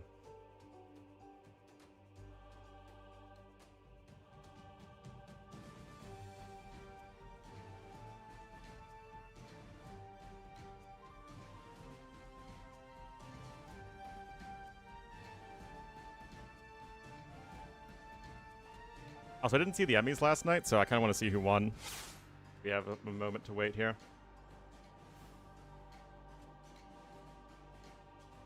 Oh, The Pit won Best Drama. I saw all of these shows. Andor... I didn't see The Last of Us. Andor, Severance... and Slow Horses were probably my top 3. I think White Lotus was really overrated. I mean, like, it's fine, but it's overrated. But yeah, no problems with the pit winning.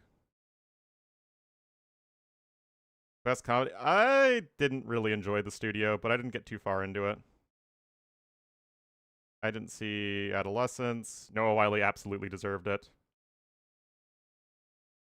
I mean, Adam Scott was incredible in Severance. Gary Oldman is incredible in Slow Horses.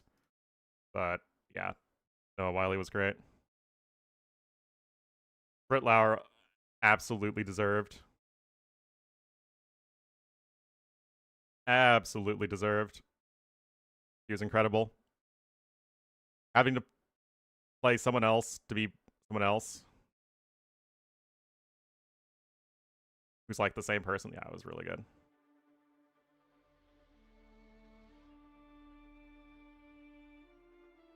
Kids Connect, well, yeah, of course, they're kids.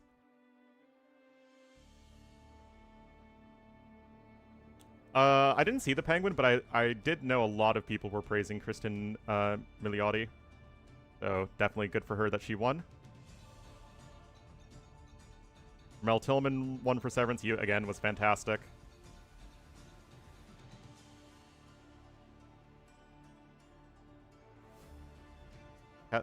Oh, she was the head nurse, I think. Yeah, she was also really good.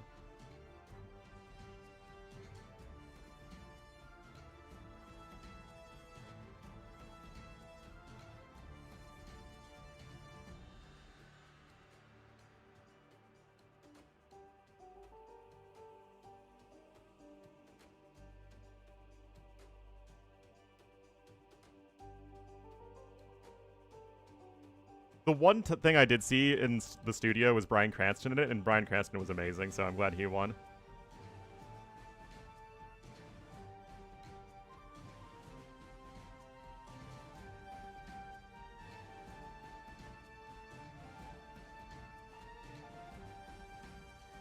John Oliver wins again. I mean, how many Emmys has this show won?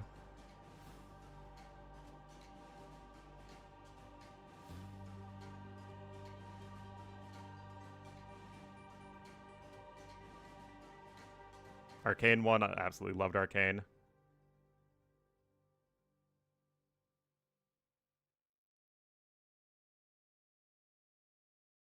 Stephen Colbert winning might have just been because it was canceled.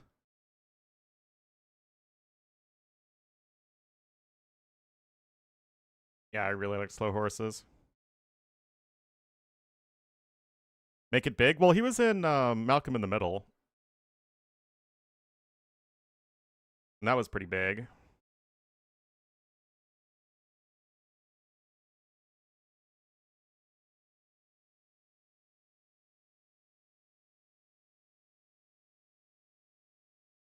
Oh, I'm so glad that Andor won for writing, though. Absolutely amazing. Yeah, I guess that makes sense.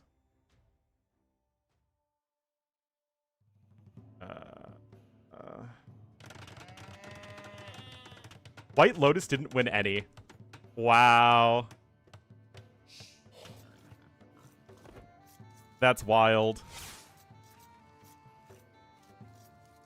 I don't think it deserved to win anything, to be honest.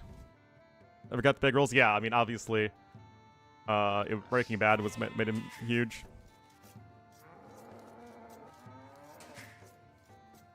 But yeah, Bryan Cranston's one of those guys that like makes everything that he's in better. He can do drama and he can do comedy. Anyway, guys, we are on Team Island. It will feature Mihai in the Cyan. Blue as the Saracens on the flank. Sito going to be the green Byzantines in the pocket. MBL as the Cyan Italians in the other pocket. And the Sky Bear as the gray Armenians on the west flank. Called Trash TV? What's Trash TV? His name is Dash. All right, really, really impressive from them in game number 1. Let's see if they can repeat it here in game number 2. On the other side will be Lewis in the red, so he's going to be playing flank this time. He's going to be the Japanese. Vinchester's going to be rocking the pocket, and he's going to be the yellow Sicilians. Like I said, Sicilian's super underrated on Team Game Islands. LOS Migdog is going to be Purple Berbers in the other pocket. Interesting choice. And Andy the Orange Vikings on the east flank.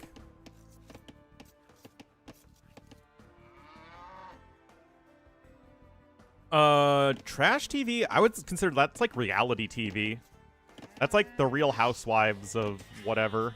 Or Love Island and absolutely brain dead stuff. A sitcom is just a sitcom. They can be bad, they can be good.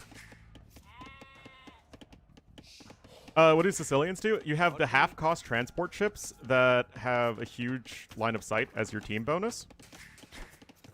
And the way that the Civ works with donjons and sergeants and faster building TCs and whatnot is they're a really good Civ that, like, you get on the opponent's island and then you just never are really gotten rid of. Also, in super long games, Sicilian crop rotation, it makes some of the best wood-to-food conversions, so you can actually spam like have super well in late game, which is pretty common in team game, Team Islands. Hello, Comic. Have a landing civ? Italians, Byzantines, the children? Yeah, that's another very good one. Again, like, sitcoms can be, like, very good or kind of trashy. Like, The Big Bang Theory is kind of trashy. Modern Family was very good for a while. The Tandoori, oh no. Anyway, as far as the galley rushing civs go, Japanese Armenians, they're both very good. I might favor Armenians slightly, but it's not that big of a deal. 35 times, that is just insane. Saracens versus Vikings. I do favor Vikings a little bit, but again, it's still perfectly fine for Saracens. Byzantines as a pocket civ versus Berbers. I actually really like Berbers. A society mirror? What does that mean?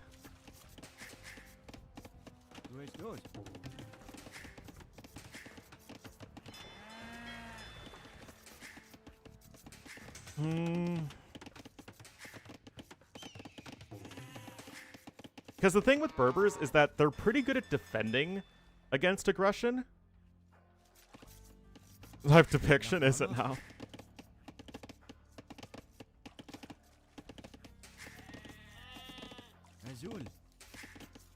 Yeah, because you can defend against aggression pretty well with cheap stable units.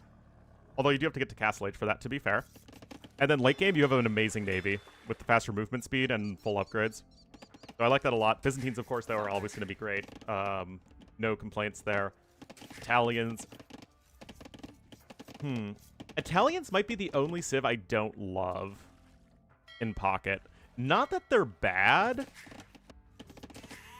but when I look at a Pocket civ for a water map, I think of a civ that's, like, really good in late game. Cheap trade is certainly nice. Yeah, that's true. Now, they do have a very good fast castle, which does help out a fair bit, but is their late game navy really that exciting? Oh yeah, condos are still very good though, for sure. I don't think we could necessarily get to Armenian. Yeah, Armenian condos are very, very good, yes, but it's hard to do on flank because chances are Sora's going to be low eco all-in galleys because I don't think you can do anything other than fast feudal galleys on flank. It's the unfortunate aspect of hybrid maps. Oh wait, Lewis is going for a forward too. Oh. Okay, so Lewis just not playing the galley rush style at all.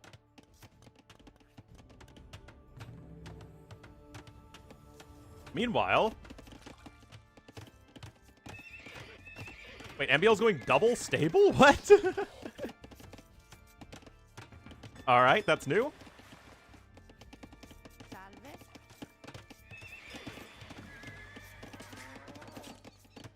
A little bit of a nuisance there. Barracks coming in, though, from Sato. He'll probably be fine. Some walls coming in. This side is actually the only one that should just be pure galley v galley, although Andy's already trying to sneak around with his boots before our eyes. I don't think MBL reinvents any meta. I think MBL just does his own thing, no matter what the meta is. Yes, the double stable scouts here from MBL. So not wanting to go with the forwarding themselves, but instead can be focusing on defending against the forwarding. This can work. It's certainly not inherently bad. The reason I don't like it as much, though, is because it never really gives you the opportunity to completely disrupt your opponent's eco. Winchester already with a defensive donjon, though, and he's not on stone, so he's not really going to be able to go aggressive with that either.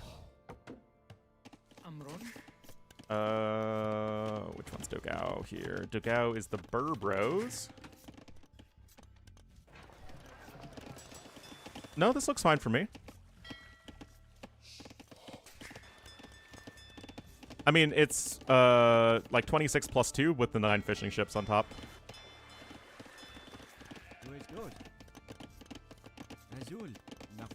I actually do look at what you write, Hassan. It just usually doesn't really have to do with anything else that's going on.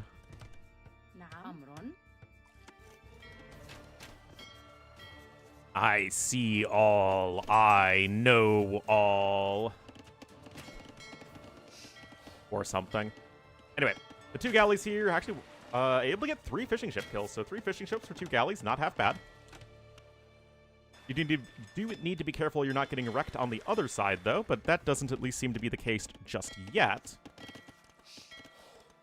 Oh, looks like maybe there was another sail around. I mean, the villager counts are very similar on both sides.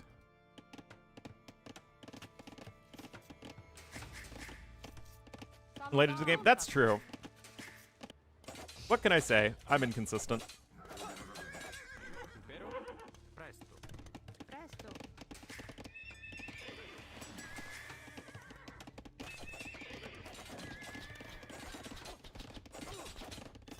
It's a pro casting stream? Oh, yeah. All right, Lewis is here. I mean, again, he's double range forward archers. On the flippity flip, though.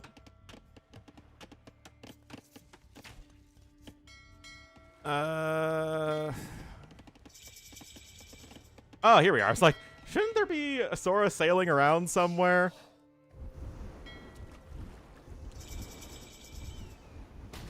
Okay, well, some ships are going down. Tag still have a very slight lead in terms of eco. Mihai and Sora, so both flanks are on their way up to Castle Age, but now Purple's up there as well. Do we have any forward docks? Okay, so Dogao is taking a pretty interesting approach. He's quite passive. Again, that isn't necessarily bad so long as you can help keep your allies' fishing ships alive, and Berbers are going to be pretty good at doing that with their faster-moving ships. And I haven't really seen Berbers on water maps all that often after they got their shipwright buff to late game, but I think they might be one of the better pocket civs these days for water maps. Anyway, Lewis and Winchester here applying the pressure. Got some Japanese spearmen on top of it for everything else. Yes, MBL has his scooter bugs, but not really able to do that much. Even +1 defense coming in for Lewis, so super heavy aggression.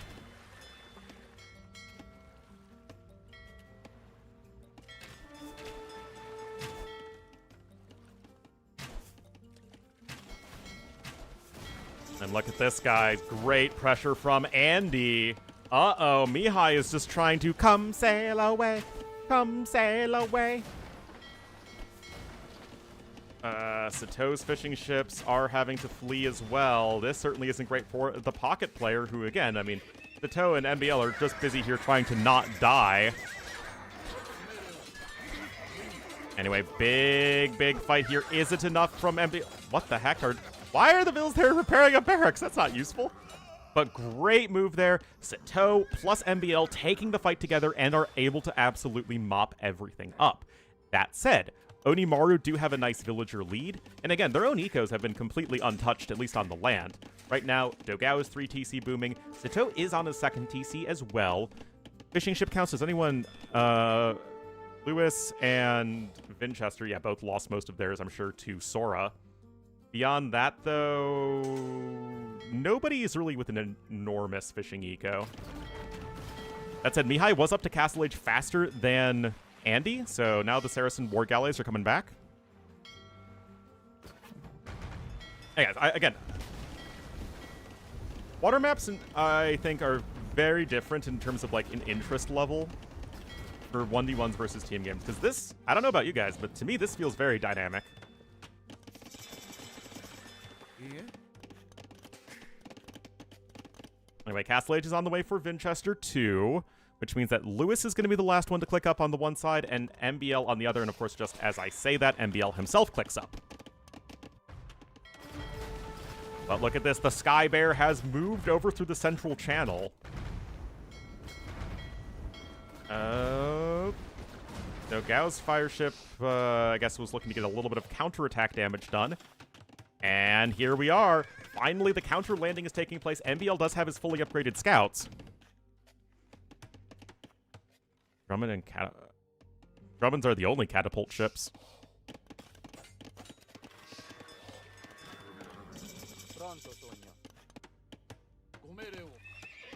Third stable even for Vinchester, but his own eco is being harassed on the other side. The good thing is, you have spearmen they can make from the donjons, which is something. Now, obviously, the donjon's actual damage is going to be quite low with these scouts.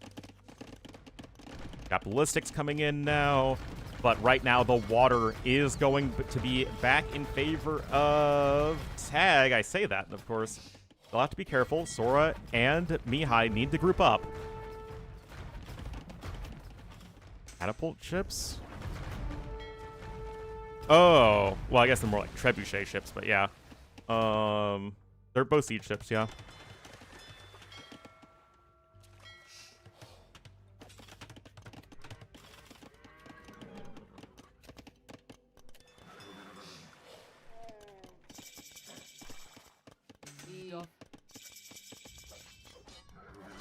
All right. I mean, this is a big army here from Lewis. Is Lewis on 2 barracks? This has to be 2 barracks, right? Nope, it's just constant production from 1 barracks.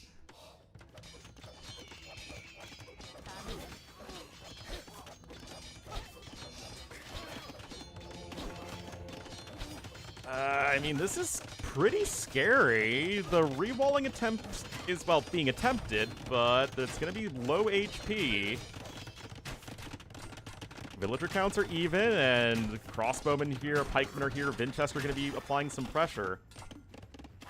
Thing is, Vinchester's still only on 1 TC. Lewis is obviously also only on 1 TC, so I do fear for the economies for Onimaru as the game goes on.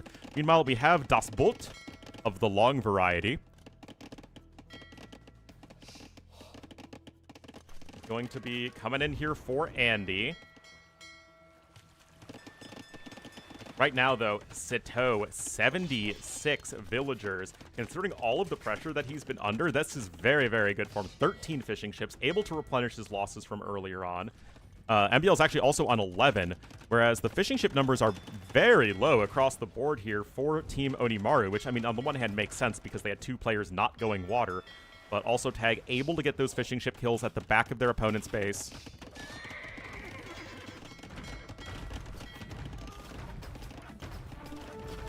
Up. Gotta be a little bit careful there, but the ships are able to sail away to freedom. Onimaru slightly behind in the overall villager count, but their navies are still looking quite good. This is scary, though.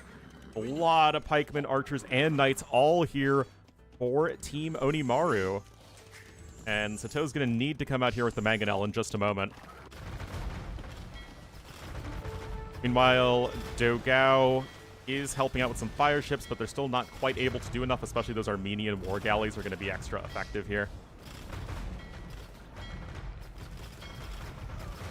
And that should be a very good fight here for Sorakuma, who is otherwise on a very low eco. It looks like he probably took a lot of damage from the landing.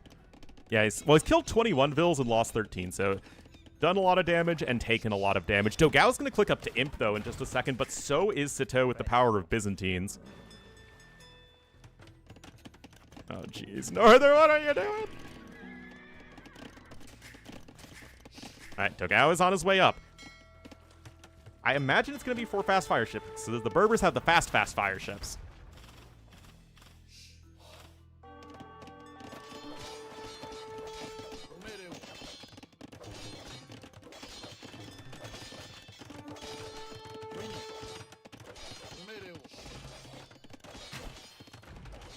Hell, mangonels are coming in here from Sito. I mean, right now, Blue is trying to get his own eco going on 66 Vils. Andy, for his part's on 61. So again, both of these flanks with all of their naval fights are still trying to get some eco behind it. Meanwhile, Lewis is applying a lot of pressure on the land, but at home, he really doesn't have a whole lot. Just now adding in his own second TC. And he's still ahead of Gray because Gray's taking more damage on the land. So he's doing fine. Oh, man, Lewis is starting to get riggedy-wrecked, though. Still, there isn't a lot of anti-pikeman stuff, as, well, I mean, it's all knights and camels and whatnot. Still, without anything else other than 2 crossbowmen, it's not like these pikemen can get all that much done. That is kind of an ugly fight, though, for Onimaru, and Tag are continuing to get more and more of a villager advantage.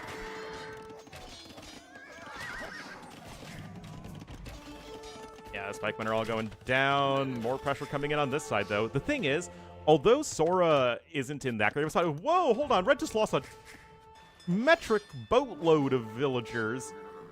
Oh my goodness, looks like the counterattack from MBL has done work. And yeah, Dogao's trying to get himself set up here for the late game. Camels here to defend on the land. Again, Berbers, I feel, are going to be a good civ here, but MBL's counter landing. He doesn't have any production buildings on the opponent's island, but it's just all of those knights that he used to defend earlier are really starting to do work. And yet, Onimaru are still behind in the villagers. Fast fire ships are on the way, but a lot of the regular fire ships have died at this point.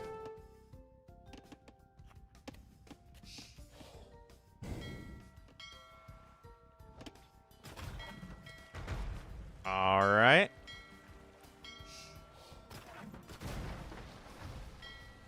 Oh, longboats are having to scooch back there. Dry dock coming in. We're going to be seeing some very speedy fast fire ships.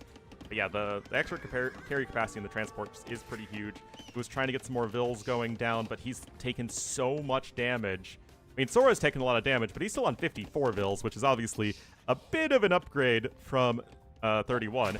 That said, there are still archers here on the forward island. They do have ballistics, and Vinchester is still here with his own knights as well. 3 TCs at home.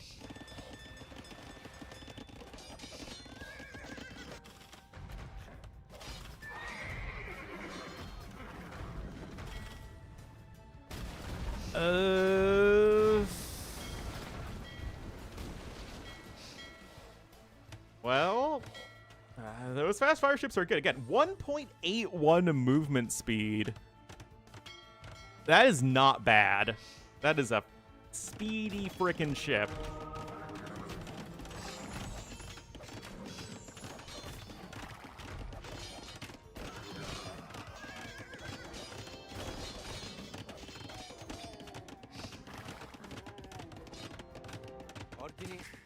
Well, Castle is coming in for Sito. That's going to do a lot to at least get rid of this forward.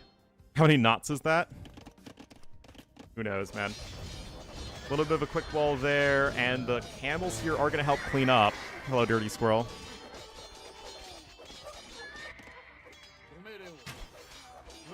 Again, Lewis trying to get done what he can with his archers. And I mean, Onimaru have a big army lead. I mean, look at those fast fire ships going to be sailing around here. Gray can't really do a whole heck of a lot to stop that right now. I mean, one demo ship. Okay, that was a good demo ship hit, but you need a bit more than that. Tag, though, way ahead in the villagers, and this is all going to get cleaned up eventually. I don't know. Those Sicilian knights do take less bonus damage, remember.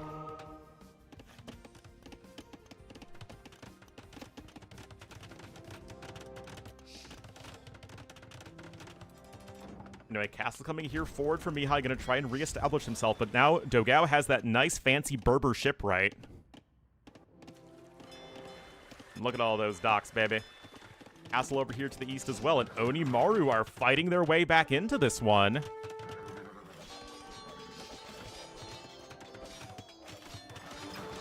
I wonder if Sicilian Cavalier can beat Byzantine Camels. Because it's 18 bonus damage, of course. So 40% of that's like, what, 8? So 17 plus 2 is 19 attack. Versus, obviously, the 16. So it's a little bit more attack. But with the extra armor and extra attack speed and extra HP, I think Sicilian Knights can, or fully upgraded Sicilian Cavalier can beat Byzantine Camels. It might not be cost efficient, but it certainly should be population efficient. Anyway, nice kills over there as Onimaru are really fighting their way back. These docks are under heavy pressure.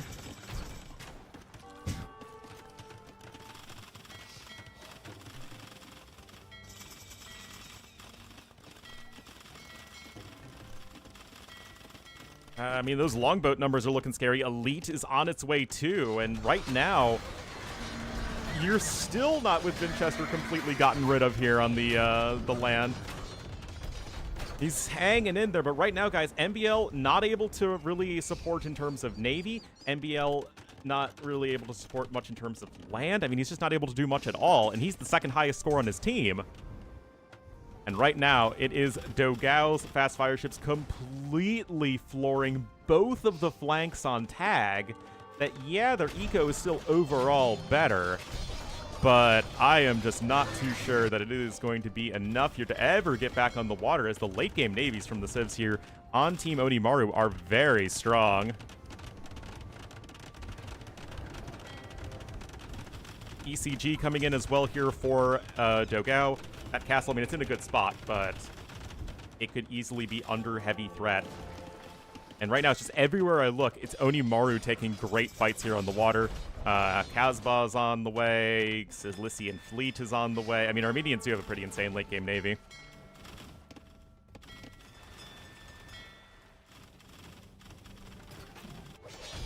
Shipwrights also coming in here for MBL. And now the landing of the Berber Camels is in, but I think they're... Those are Lewis... No, actually those are Winchester's pikemen. Oh, boy. I mean, Vinch is on 117 Vils and an Imperial Age now. That's not too bad. Again, Vinch has never, ever been gotten rid of completely. He's just been... I don't know, like that, like a barnacle, man. Appropriate terminology for a water map. You just can't get rid of them. Now, Andy's got his own elite cannon galleons in. Siege engineers coming in for him. And this is looking very, very good here for Team Onimaru, despite them still being behind an eco. I mean, it's just Gray doesn't have enough of an eco to get to, like, the full-blown late game here for Armenians. MBL doesn't really have enough of a late game navy, one right now, and two in terms of overall naval strength. It's not really going to be enough. Sato is just trying to be everywhere at once, but there's only so much he can do. And then again, Mihai doesn't quite have the eco to keep up with that, and it was just Dogao going back around, having his own mostly uninterrupted eco, and just completely tipping the scales with the earlier Imperial Age.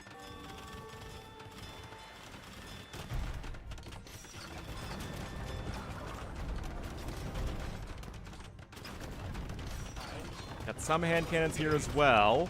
Volkswagen coming in for the long boots. Another castle on the other side for Dogao. And this is just looking super good here for Onimaru. 17k army to 12k. Like, the army values are still pretty similar. Uh-oh. And Capture Age crashed. Uh-huh.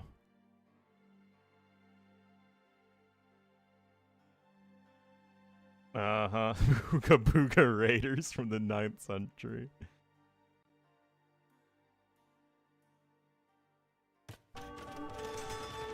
To be fair, the best warship in the game is the turtle ship, and that's from the literally very end of the AoE 2 time frame.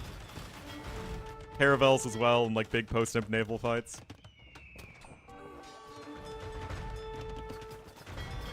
Yeah, that's what I thought.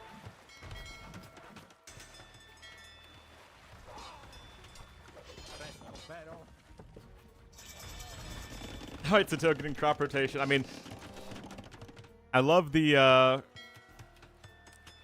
late game planning, and I guess the populations are getting closer. Guys, how much do you want to bet Mihai doesn't know that conscription does not benefit docks? Oh, here we go! Yeah, here we go! Oh! Oh my goodness. Oh, of course, Pete shows up during the Islands game. Is that worth? I really don't know. It seems probably similar numbers of demo ships and longboats went down. Anyway, MBL now is getting to his late game navy. And although the Berber ships are faster, it's not like they have a huge advantage in an actual head-on fight. Lewis is trying to go for champions, even though Sito's good old Byzantine condos, which actually does feel appropriate. Cat, rip. Great fire coming in for Sito. Of course, some Byzantine fast fire ships would be an excellent addition to the navy.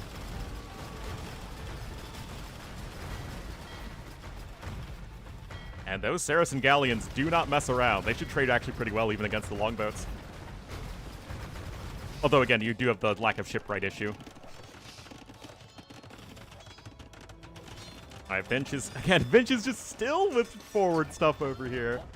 It's wild. I mean, at least Red's now in Imperial Age, too. It honestly does feel like Lewis is just kind of the weak link for Onimaru in this team game setting.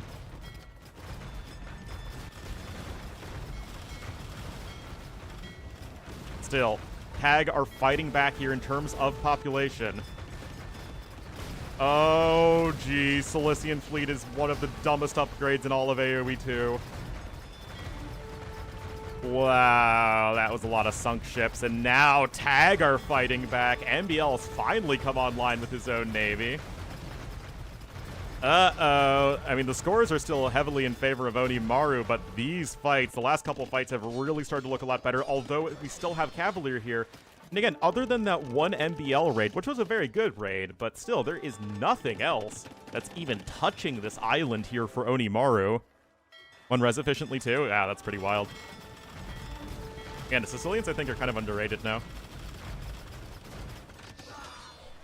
Manganelling the woodlines. It is technically something you can do, but I think they're more focused on the short run. Alright, so Tosto has a bunch of trebs, and he's got a lot of castles here, too. But again, Vinchester is just not being gotten rid of, man. Is still missing Hoburg, though, for his own Cavalier. But I think that's because he's also been in part trying to use his castles to make trebuchets. But yeah, Cavalier here being very annoying.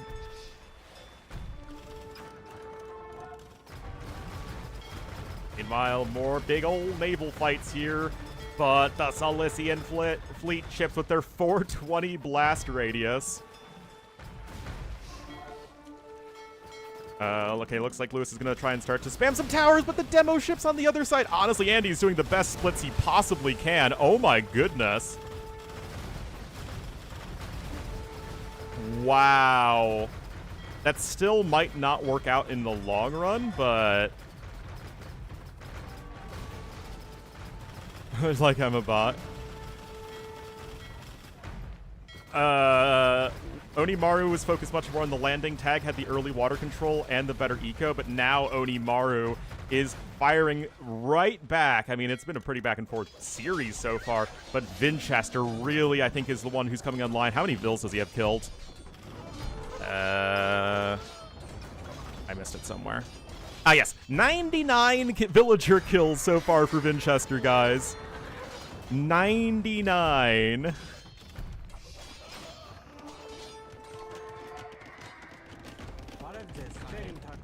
Oh, actually, no. It's more than 99 because that only counts the villagers killed after the capture age crashed.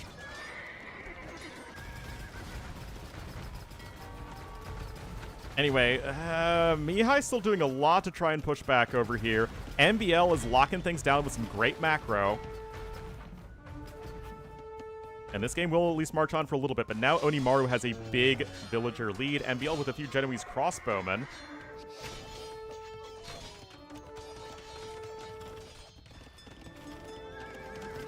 Random cataphracts too. Still, that's a big fleet from Dogao. And the faster reinforcements from the Berbers should be quite helpful here. Although I guess the docks are literally right here from MBL, to be fair. And again, I feel like the big difference maker this game is just that the Onimaru island is not being pressured at all. Because again, Vinchester and to an extent Lewis just never gave up on their forwarding. Because now we got some champions here. Gonna be very annoying to get rid of. Hoburg now coming in as well. Lewis gonna be looking to at least make a play back here on the water. Yeah, Hoburg in like fully upgraded Sicilian Cavalier guys. Those are gonna be really tough to get rid of. Trying to go with some Halbs here.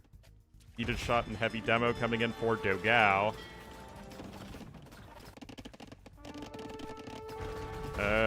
I think Tag's eco might be just falling off too much. I mean, Mihai's lost so much of his economy.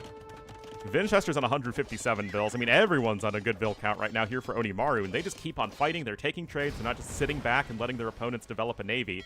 You do have some Drummonds in here for the Armenians player. Obviously, big fight here, and Andy's able to help out with his own elite longboats. There are some Drummonds from Armenians in the back as well. Ooh, the castle is here to help out too, with a random sergeant next to it.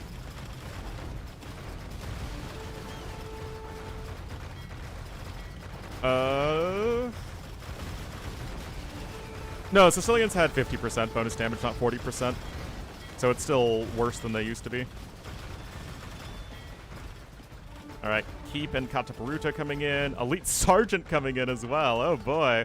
Again, like, this is why I love Sicilians, though. You just can't get rid of them, man.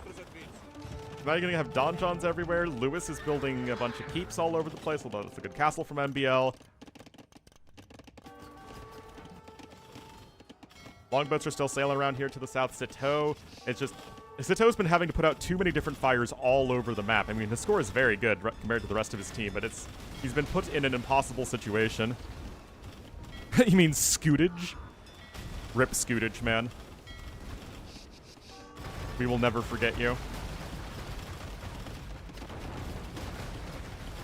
You have to be a little bit careful there with the longboats. Guilds even coming in for Gray.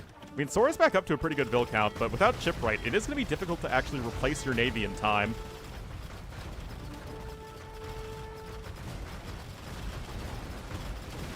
And right now, Onimaru just have such a substantial population advantage, and there's the GG called here from MBL, and Onimaru strike right back here in an excellent game number 2. That was a good one. I mean, again, it was just the forward that never was truly gotten rid of. Yes, they lost water early on, but look at this. 194 villager kills from Vinchester, 156 from Lewis, which all came in, like, not all of them, but most of them came in at the very end. And again, this is only after the crash. Pretty wild as Citeaux at MBL and Mihai just losing so much.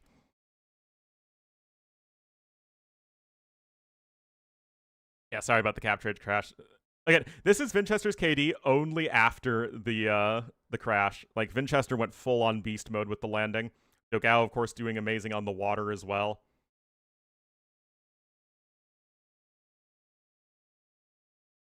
Dogao 123 APM, holy cow. Wild.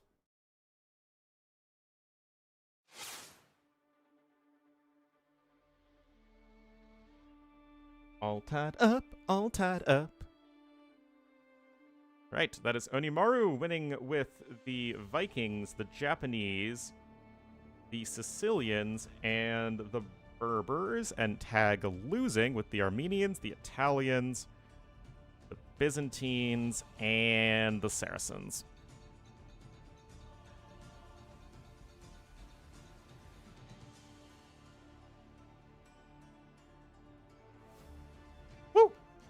Remember, it is a play all 5 show match. That is Onimaru winning their #1 home map pick.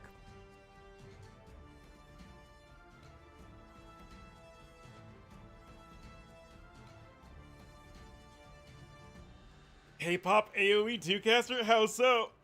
I'm not singing any K-pop. Not yet, anyway.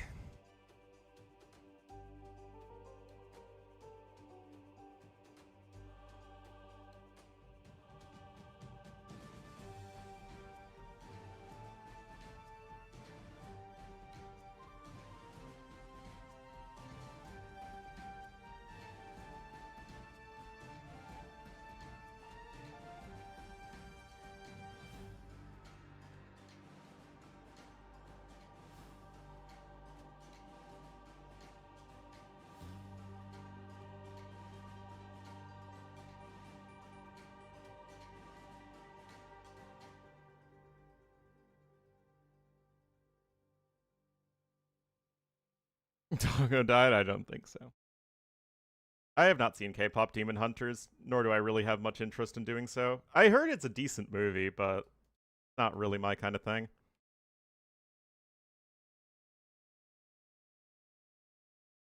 Alright, so African Waters is next. This is, I think, where we get, like, our Dravidians and Wu, maybe. And then maybe Jurchens as well. Aliens. I actually kind of like this lineup of civs for Onimaru. Tag, this feels like Persians and Huns. Well, I mean, you also need Spiral as well, but African Waters is going to have more fish on it than Spiral. Tailor made for me? How so?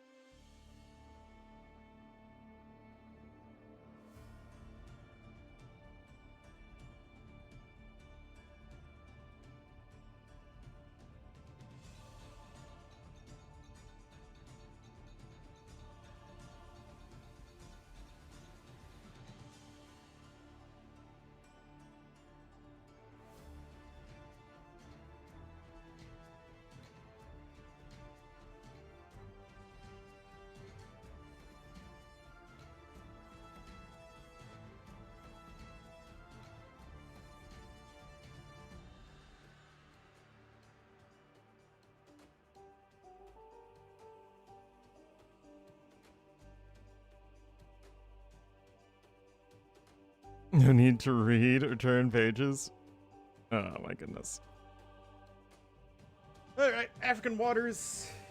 Next map. They're still trying to get players in, though.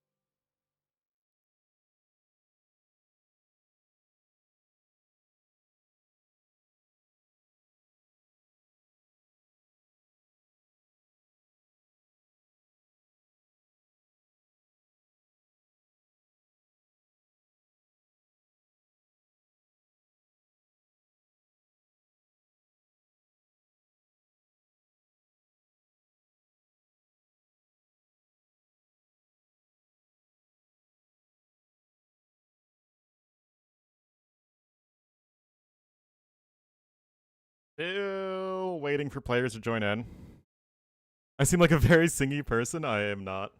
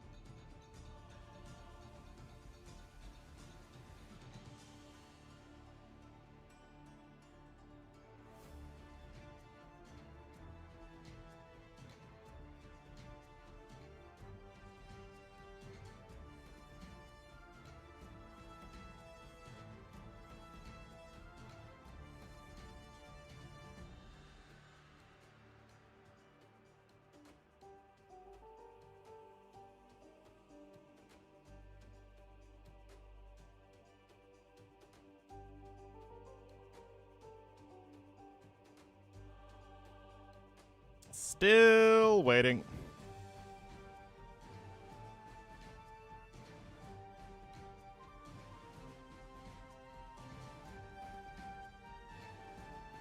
Demons and hunters, yeah. Oh, did dash move? Oh, what is it? Thunk. Oh my goodness.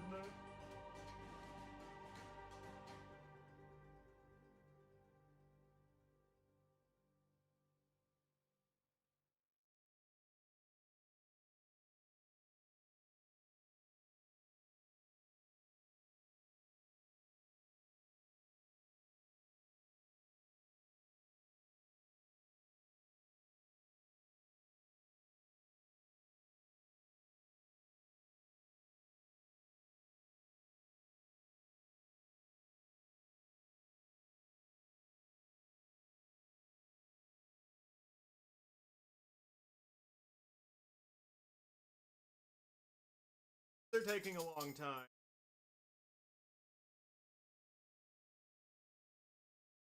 Oh, big stretch.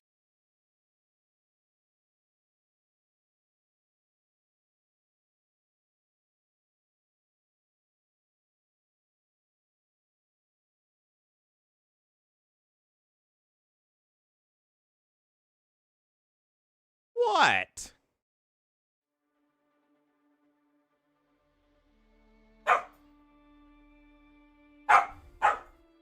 Uh-oh.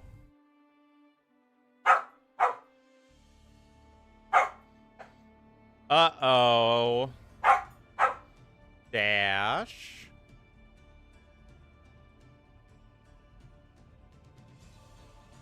Do you need to go outside?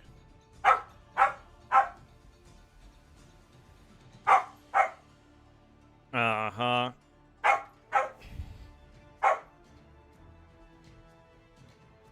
I guess I'll do that real quick.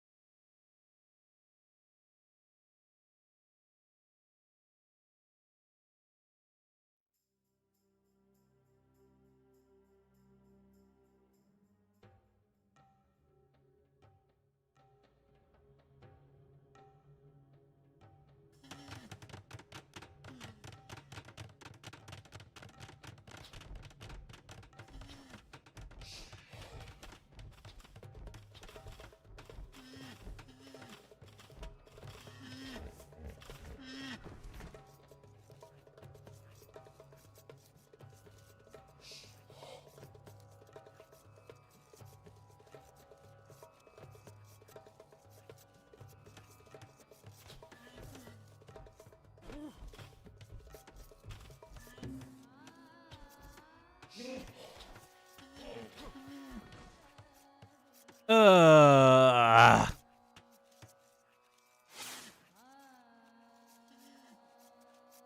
He didn't even want to go outside.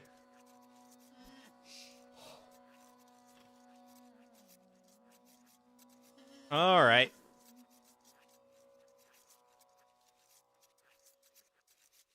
Alrighty. We are here now on African Clearing. Or African Waters, one of the things. Everyone all close to each other here. It will feature Lewis in the red as the Mayans on the flank. Of course, Onimaru winning the last one. Andy going to be the yellow Jurchens in the pocket.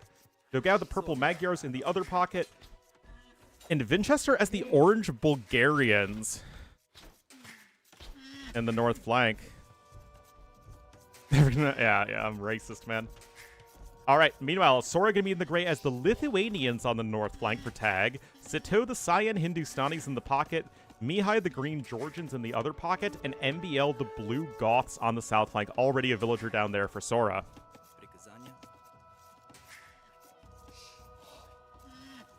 And, yeah, exactly. So, right off the bat, I feel like the civs are better for Onimaru. Bulgarians can give you a lot of aggressive potential. Lithuanians, I would much rather have as a pocket civ than as a flank civ. Mayans also going to be very strong with the longer lasting hunt and the quick loom upgrade that you have to get no matter what. I mean, Goths can also be very good, though. No problem there. Georgians, Jurchens. This is kind of like a perfect map for Jurchens because you'd have so many of your rhinos rotting away.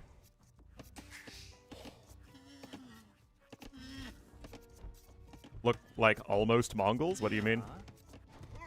A little bit of layman coming in here from Lewis. Hindustanis, again, like, these are good civs, but they don't feel quite as fast as these other civs. And speed feels like another, like, a super important aspect here. That said, our yellow player is actually the first one with a fishing ship other than Mihai. So Mihai is actually doing a great job of leveraging the strength of Georgians and going the free mule cart going to water quickly, so I like that. Yeah. Lots of good hunting stuff. Alright, let's see how this one is going to go. Why is Onimaru on the left and tag on the right? That should be back.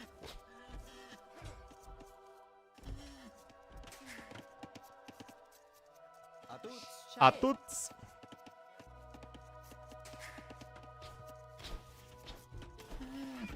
Heck. Whatever that means here. I guess maybe because the 2 HP Vil got away. Anyway, Andy with his own fishing ships coming out here. Overall Vil number is still quite even. Somebody's Bactrian and Camel died on tag. It's not really that big of a deal. Tag a couple Vils ahead overall. And, to his credit, Mihai with a very good early game here with the Georgians. Why would I ever doubt Georgians, guys? That's my fault.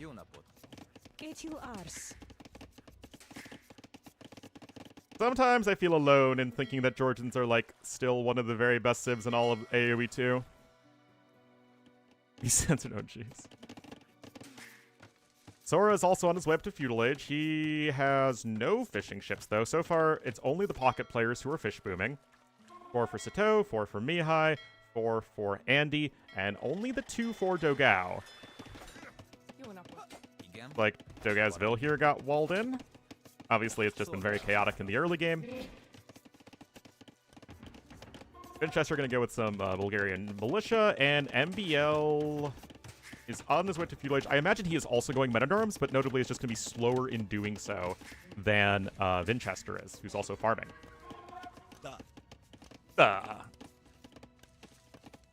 Mihai actually ahead in resources collected. Andy not too far behind with Jurchens and the fishing as well. So good play here from both players there. Yeah, indeed, MBL is going to be Men-at-Arms rushing.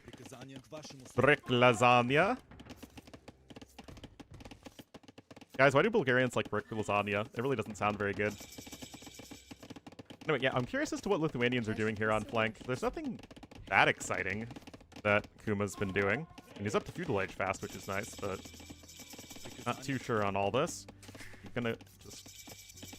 I mean, okay, he's gonna go skirmishers. Doesn't really feel that exciting, though. And I know that's saying a lot, because skirmishers are always so exciting! Oh, no! Oh, Sito!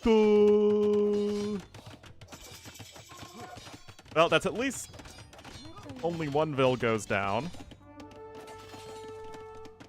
Random Men-at-Arm gonna go down there. And it will be a forward dock from MBL, but Andy does recognize that, so there will be a fight over here in the east. The south is just green fish booming. Vinchester is now with a forward dock too that Sato's going to need to be on the lookout for.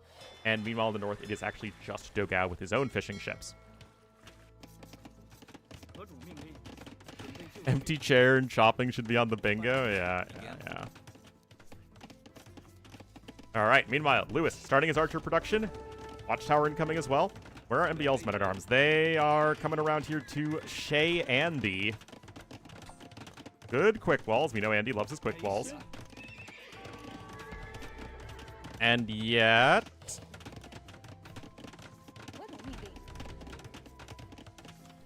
still not any major damage yet. Got some scooter bugs here from Dogao. But he's going to need to be very careful. Oh, the men-at-arms are going to make their way in here. I don't think... Huh? Aren't they just going after those Vils? Does he not see them? Okay, well now they are, but you just gave time for both pockets to come back. So all the men-at-arms are going to go down. Meanwhile, on the flippity-flip, these men-at-arms are actually also going down. So good job here from the pockets to defend against the men-at-arm rushes. Onimaru, though, still with a numbers lead. And now the fire galleys out here from Vinchester, and that is going to be going right after Sato's fishing ships. Meanwhile, on this side, Andy is actually going to be on 3 docks. And a second stable, so lots and lots of investment here.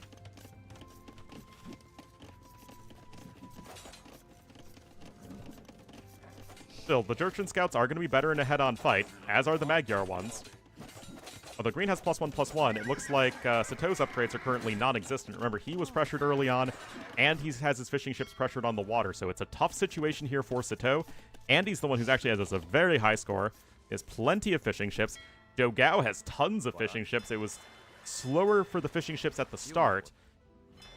And this will be seen by Dogao as well, so his eco is going to be looking much, much better. 8 villager lead so far for Onimaru.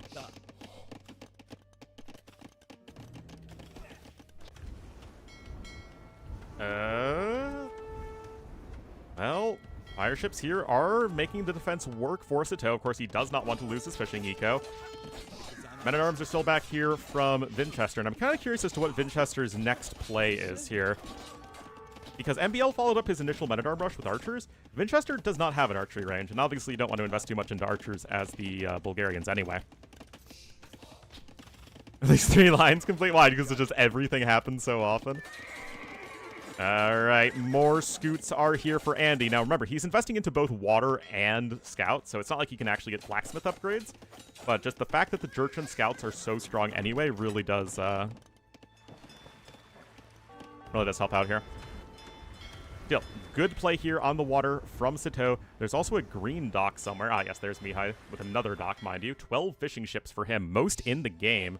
He's just happily fishing away here to the south and to the west. Meanwhile, double docks here for the Sky Bear. Just looking to defend himself at home. Currently, MBL only on 25 villagers, though. That is very rough. I mean, Tag is kind of making up for it because Green's in such a good spot, but so is Yellow. And so is Purple.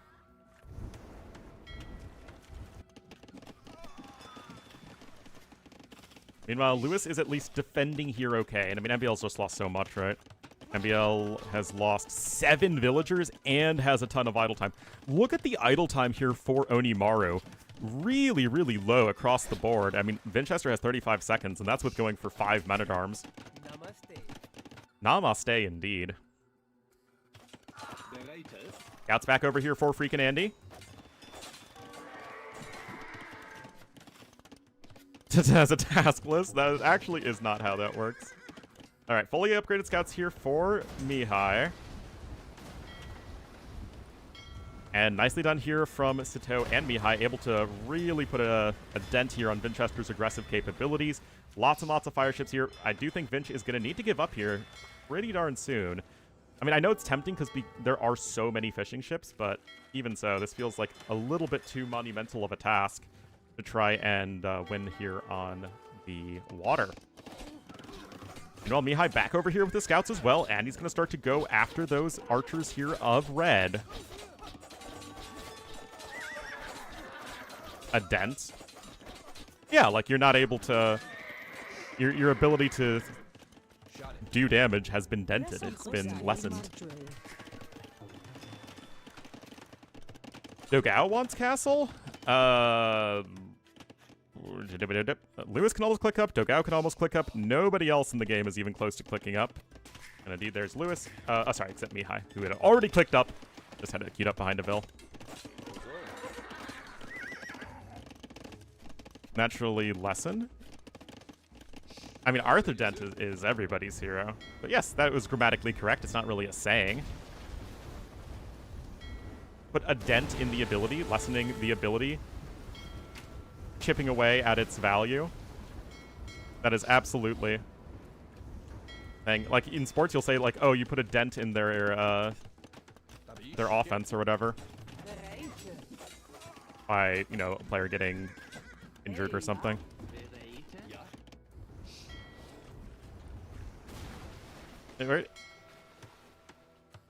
It's a perfectly fine choice of word.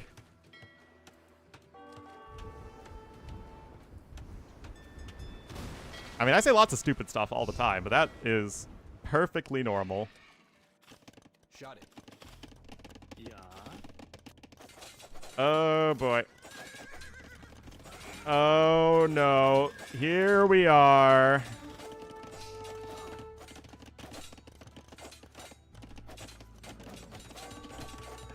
Alas. I'm glad you rephrased yourself, McNeely.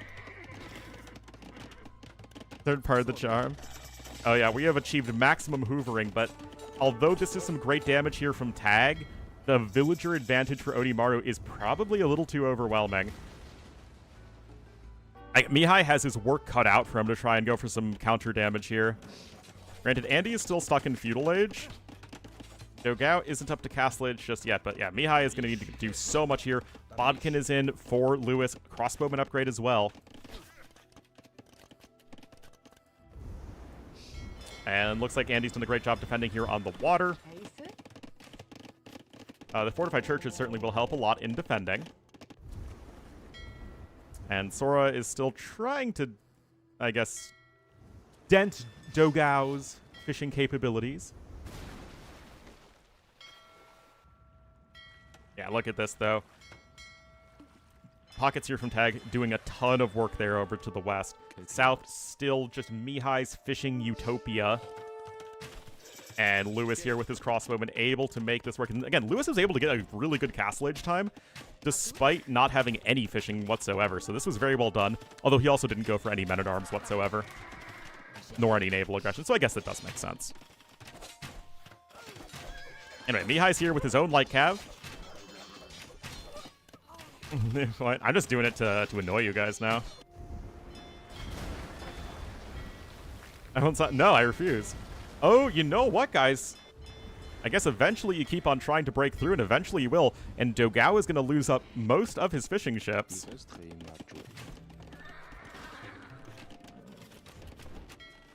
Still, Andy on 16 fishing ships of his own. Now, obviously, he's been investing a ton into the Feudal Age Scout Cavalry, so he hasn't clicked up yet. But with 30 villagers on food, all he needs to do is cut scout production for a hot second, and he'll be able to click up. Yeah, hoovering is from Wizard.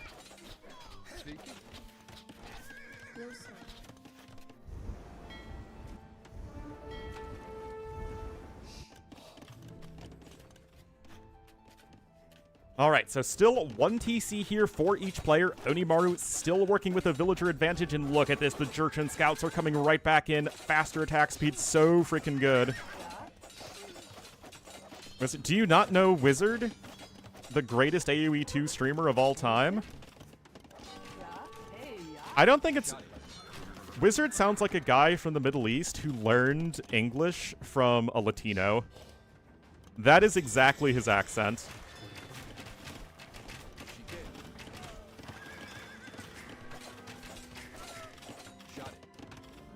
You can't even say I'm wrong. It's exactly what his accent sounds like.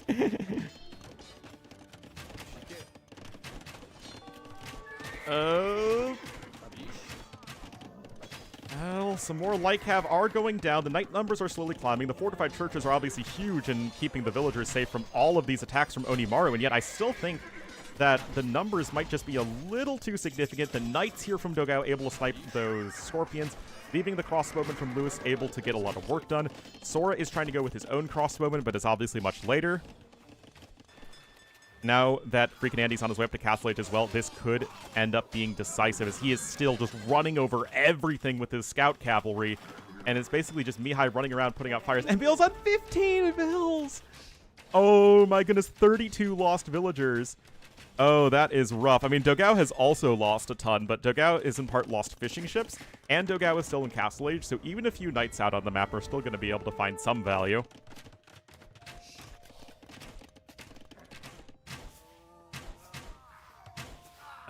Not too sure what that market was all about, but I guess those units are going to go down eventually.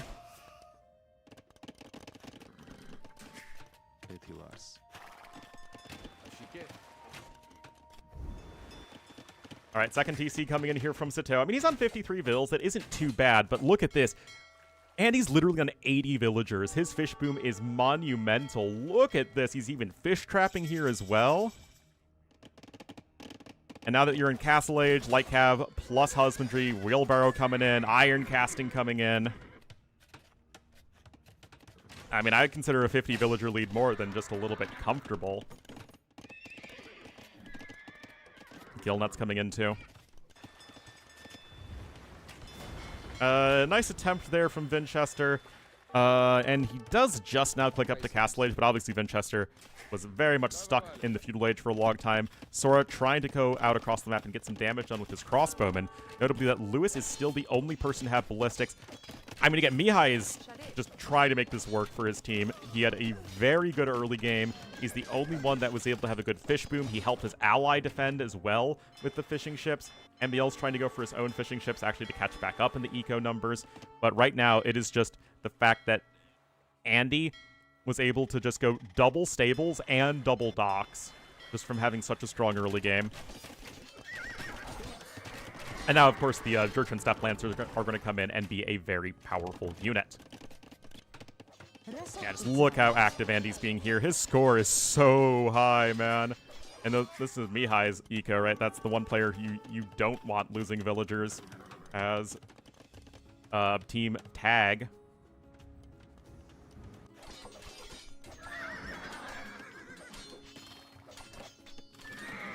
Step Lancers are very, very good these days. Even if they're not quite as good as Keton ones at raiding. Still, you have bloodlines on them. And the faster attack speed. Oh, look at this. Vinch is going to go for a castle drop. Who needs Creposts when you can just castle drop, man? Unless he wants to go for like one Crepost and then another Crepost. Anyway, big fight happening here. Tag needs to win this one desperately. We even have some Cav Archers coming in, and a lot of villagers are here for Orange. Mangonel gets a pretty decent shot as well. It actually has 11 kills so far, and yet I don't think it's enough. Most of the melee units have fallen. I mean, Sato is basically out of army. Mihai has a few light cav, but they don't really feel sufficient. And now actually Crepost number 1 is coming in. Even with some amazing Mangonel control, it can only do so much. And that Crepost is, I think, on its way up. I'm like pretty sure it's on its way up. I have decreasing confidence that this Crepost is going up, as now Vinchester having to abandon the location. I mean, he's on 45 vills. It's not great, but it's still better than MBL. Oh, don't worry. There have been multiple tag jokes so far. Actually, fully upgraded archers here from Lewis. Still on the 1 TC, though. Meanwhile, second TC is also in here for Andy, continuing his Step Lancer production with 30 fishing ships, guys. I mean, you just have so many fish here in these ponds. And there's the GG called.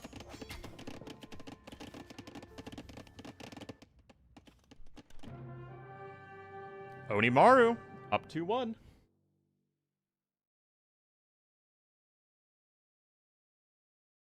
Yeah, I mean, Andy's eco was so freaking far ahead, man. Yeah, I did force an engagement. I mean, I think Vinchester would still rather have gotten the Krepos down than not gotten it down. And yet, still making it work. I mean, yeah, it was a good early game from Mihai, but eventually MBL fell too far behind. Sora was stuck fighting on water too much.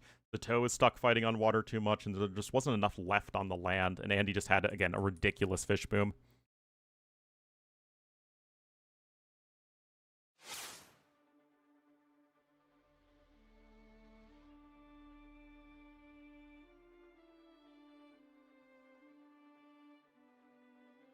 Onimaru with their first lead of the series. And for them, they won with the Magyars, the Jurchens, the Bulgarians, and the Mayans.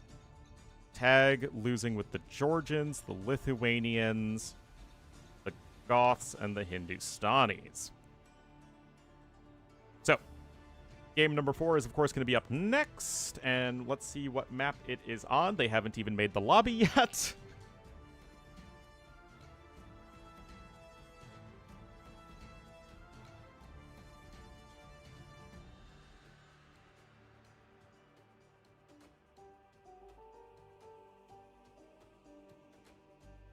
All right, Sato making the lobby now. Game number 1 was on Arabia. It just isn't in the draft at all. Wait, that was actually Tag's number 1 home map.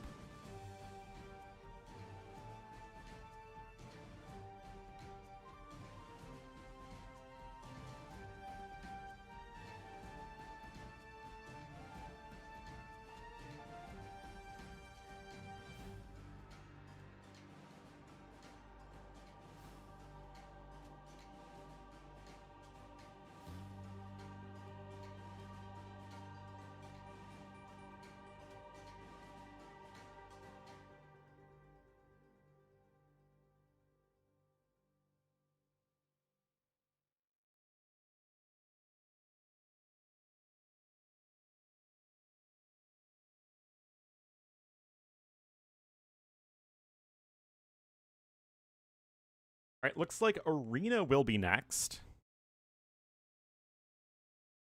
Bengalis, Burgundians, Poles. I don't know what the last civ's gonna be. Maybe Incas for the Tower Rush? You go Poles, Incas, you both Tower Rush for Burgundians and Bengalis, boom. That feels like something you can do. For Tag, humans, Turks, Teutons, Burmese, probably?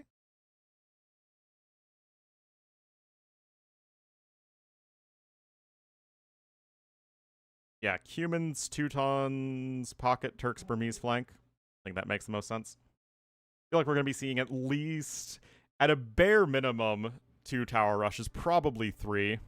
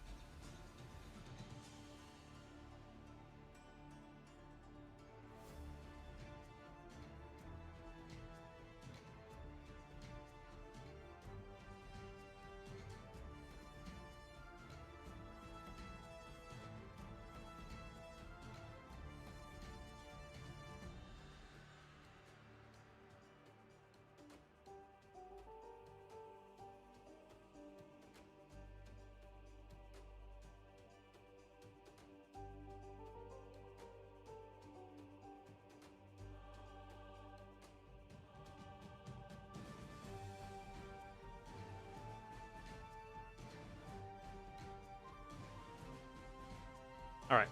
So they're in the lobby now. Like they're fine on BF. I think that especially if you're tower rushing with them, they can be totally fine.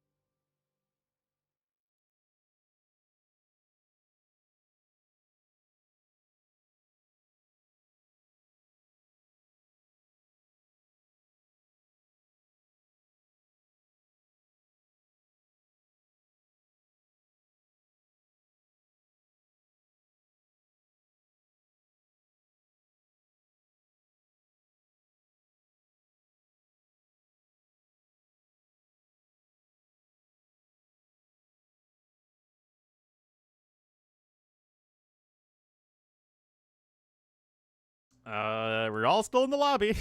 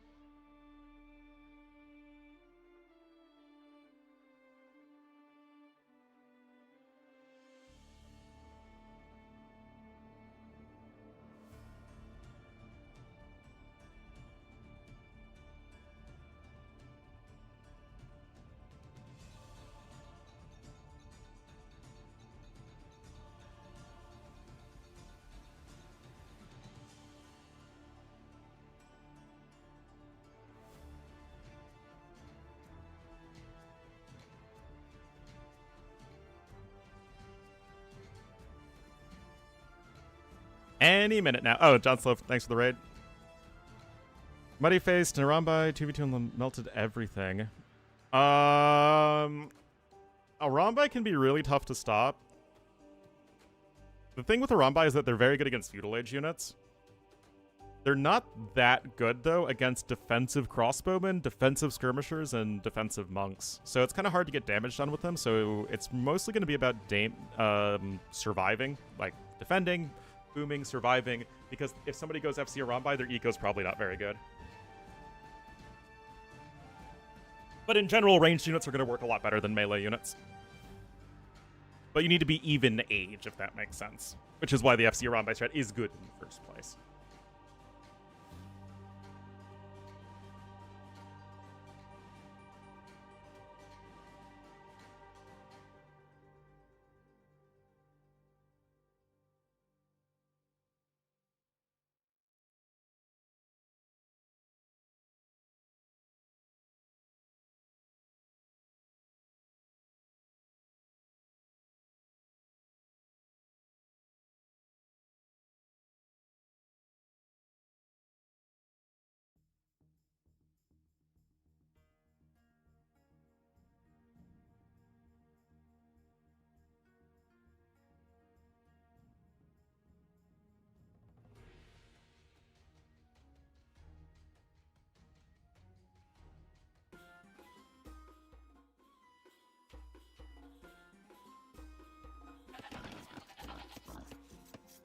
All right, I hear Turk sounds. And a bugged wall. What was Vinch's wall? Oh, pfft. Guys. Guys. I think Vinch did have a bit of an issue with his wall.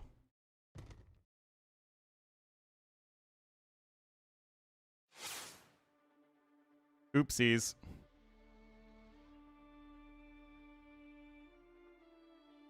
Yeah, it's totally fine. Totally fine.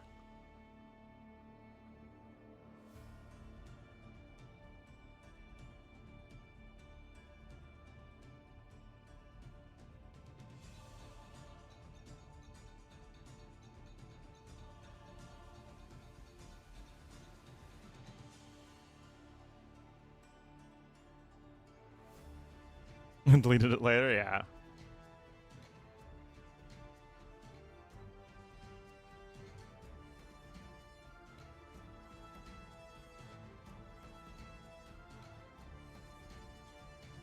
And Daniela's doing a lot of hosting stuff these days. She's hosting the Showmatch. She's doing the Midweek Madness. She is working hard.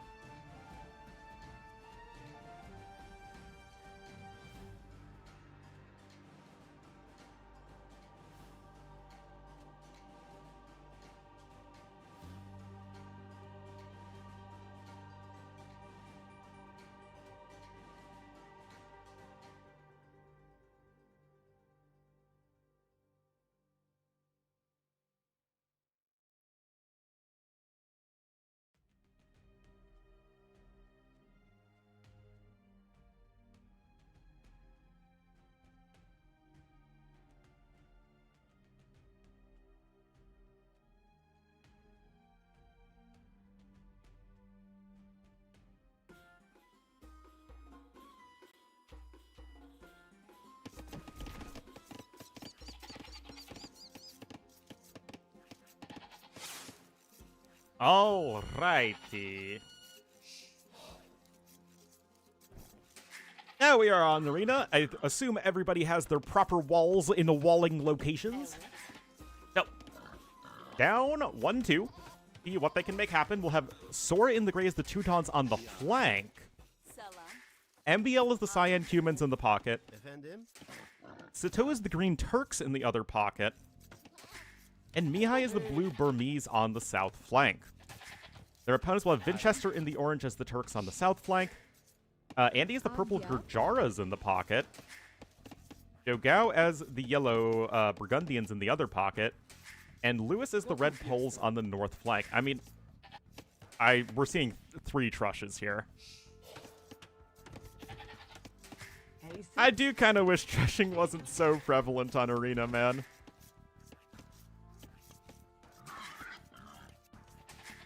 It's almost like everything's been Rage Forestified, where it's like you have the flank players who just go super crazy all in,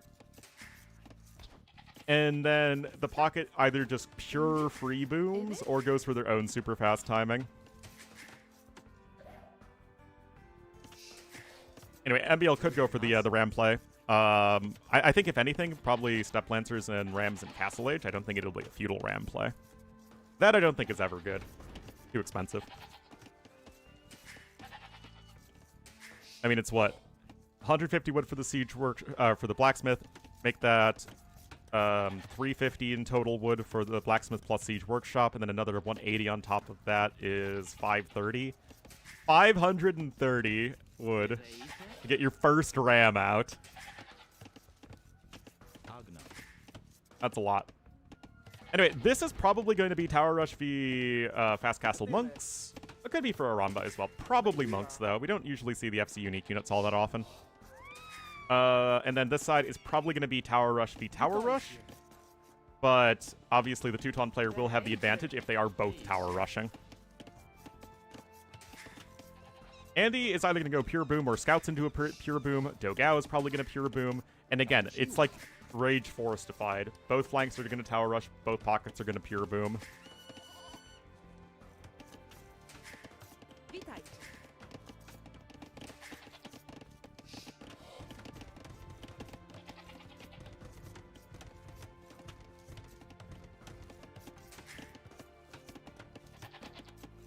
Anyway, here we go. Yeah, here we go.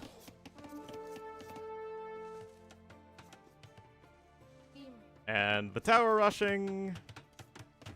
And the barracks incoming. I think that if you just scout that you're up against Teutons, which obviously you need to do right away, you need to know who you're up against. Yeah, I actually like this from Lewis. Okay, I lied. I don't like this from Lewis. I thought he was just going to go defensive. Okay, yeah, he'll see the tower rush coming. The villagers will make it back in time. That's no worry there. And just go for the defensive archery range. 8? It should only be 8. 8 is the correct number when going for a Teuton tower rush. Yeah, defensive archery range coming in. I like this play a lot.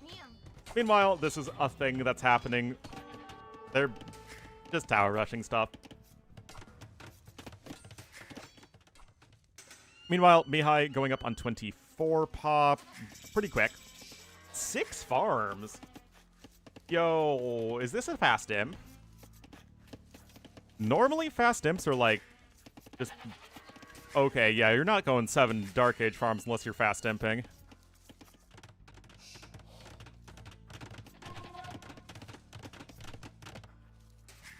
It has to be, right? 2 small circles or a large single motion? Oh, I thought that was more of a Hassan question. Oh my god. I do the 1 motion. I draw my 8s like this.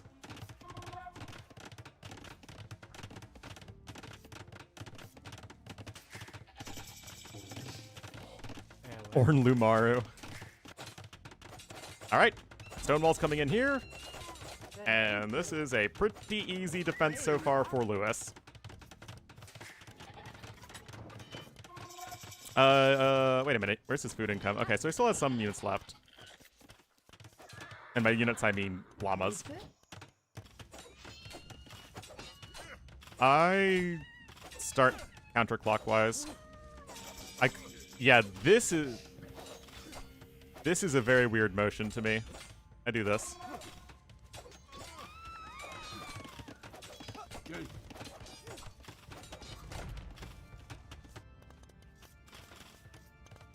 Well, defensive tower's in, and he will have some archers in it, which helps out, but of course the raw numbers of arrows is simply going to be better for the Teutons player. Blacksmith coming in, fletching is going to be a big one, and of course that is being prioritized. Yeah, I'm right-handed. Like most people. Alright, Castle Age is on the way here for Mihai. He did not sell his stone, and that is because he's going for a very quick castle. Andy is just going to be going for some scoots. Dogao also going to be going for some scoots. Researching scootage. Anyway, tower placement is very good here for Sora because he's now able to range his opponent's tower and the villager is trying to repair it. And it's just simply too many arrows for those archers to handle. And Lewis actually isn't able to take from his forge bushes at all, which is actually a little concerning. Because I don't think it's worth building a full Vark right there, just so it's going to be denied immediately. Okay. So I do it the same as the Southpaws. Use a B for 8.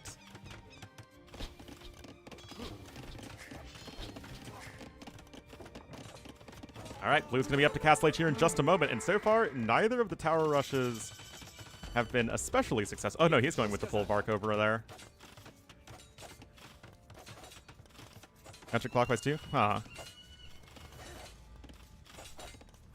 How is A4?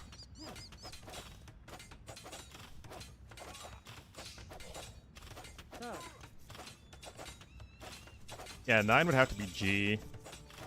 Like, lowercase b is also 6. Oh, yeah, it makes sense. Oh, random archer does go down there. Oh, it's just shooting at the barracks? Yeah. It would have been better to shoot at the stone wall. Anyways, Lewis is going to run out of food very soon. Like, okay, I don't get that at all. You know your opponent has archers. You need to stay in the range of your own tower. Nope.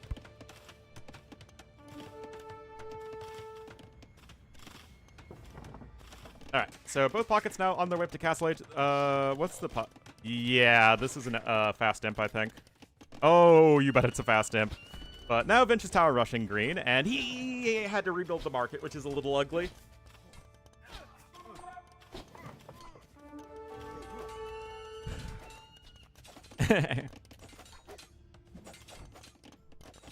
A backwards? Oh, you go... Yeah, with A, I go... like that.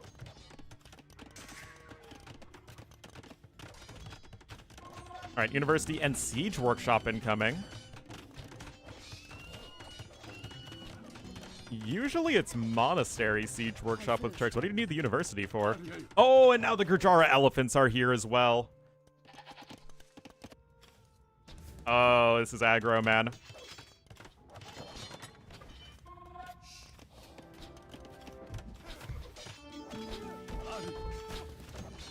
And again, like, Ray is just spending all of his time tower rushing over here. MBL is Cumin booming. Yeah, I do bar Z and bar 7.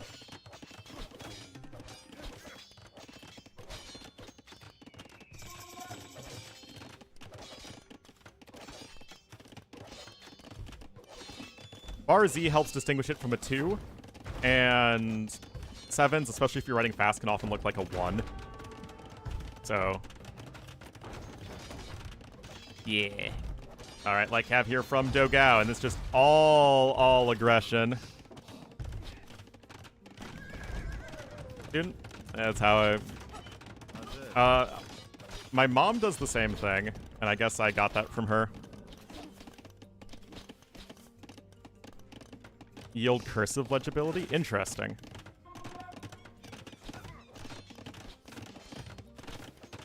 The cursive J doesn't have a dot. It's that. But I don't even think they teach cursive anymore, which they shouldn't because cursive is silly.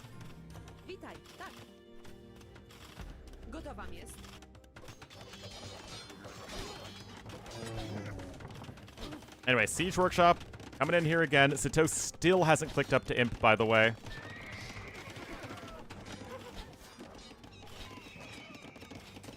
There we go. Anyway, Knights are coming in. They teach Print. Cursive is either used for very fancy writing, which is not really necessary in the world of typing, or it's used for writing very quickly, in which case reading people's cursive becomes almost impossible because everything is just like a bunch of lines that are hard to make out. Whereas print is much easier to read. Like, obviously some people have terrible print handwriting too, but legibility is important to me.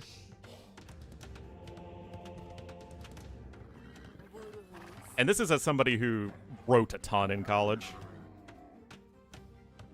The type, I mean, it's obviously like the most important thing to try and teach people. Cursive Cyrillic? I didn't even know cursive Cyrillic was a thing. I mean, I guess it makes sense. Never really thought about it, though. Anyway, 2 towers full of archers here. Red's doing just fine at defending. He's on his way up to Castle Age. Sora is there first, and he's going to be going for guard tower.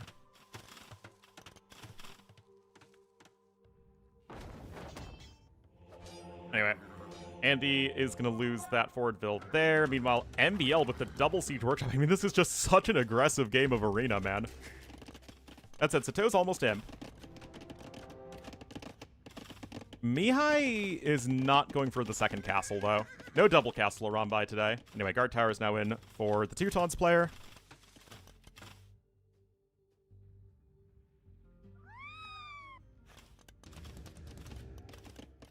Yeah, the cannons are obviously going to be critical in pushing out the tower rush.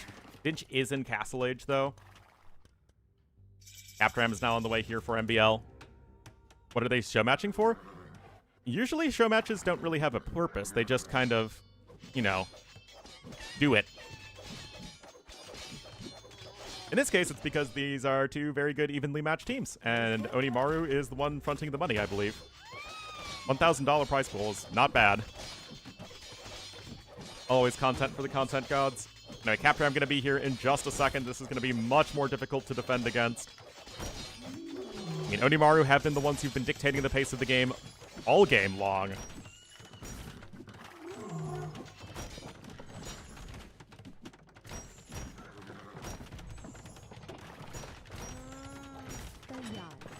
Oop.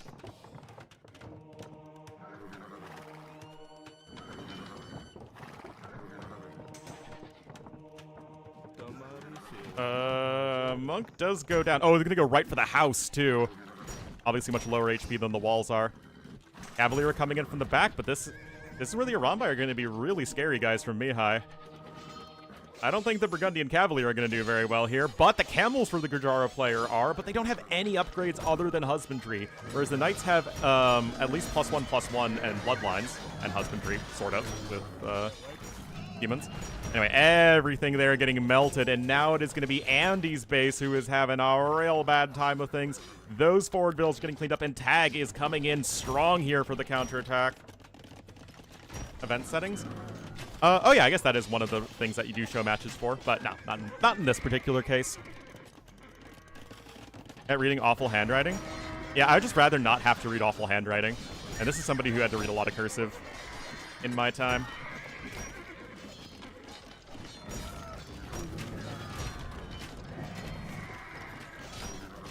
Like, I don't even know how teachers and professors do it. It's just, like, so much terrible handwriting.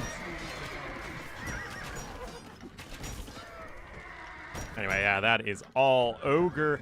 The tower rushes were scary, but at the end of the day, it's MBL who was really unleashed economically. So many Knights, so many Capped Rams coming in, and that, guys, is us all tied up. So even though it is a play L5 anyway, yeah, look at this KD. Mihai and the Arambai obviously just doing so much work.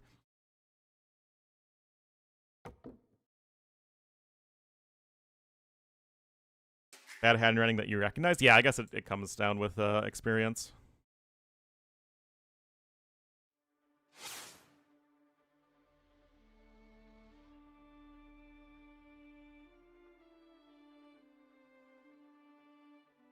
All right, that leaves Spiral as the final map. And that is the Burgundians losing, the Gurjaras losing, the Poles losing, and the Incas losing. And then the Cumans winning, the Turks winning, the Burmese, and Teutons winning. So, there's 4 civs left anyway. Persians, Huns, Celts, Tatars. Persians and Tatars. Persians are definitely pocket. Tatars are flank.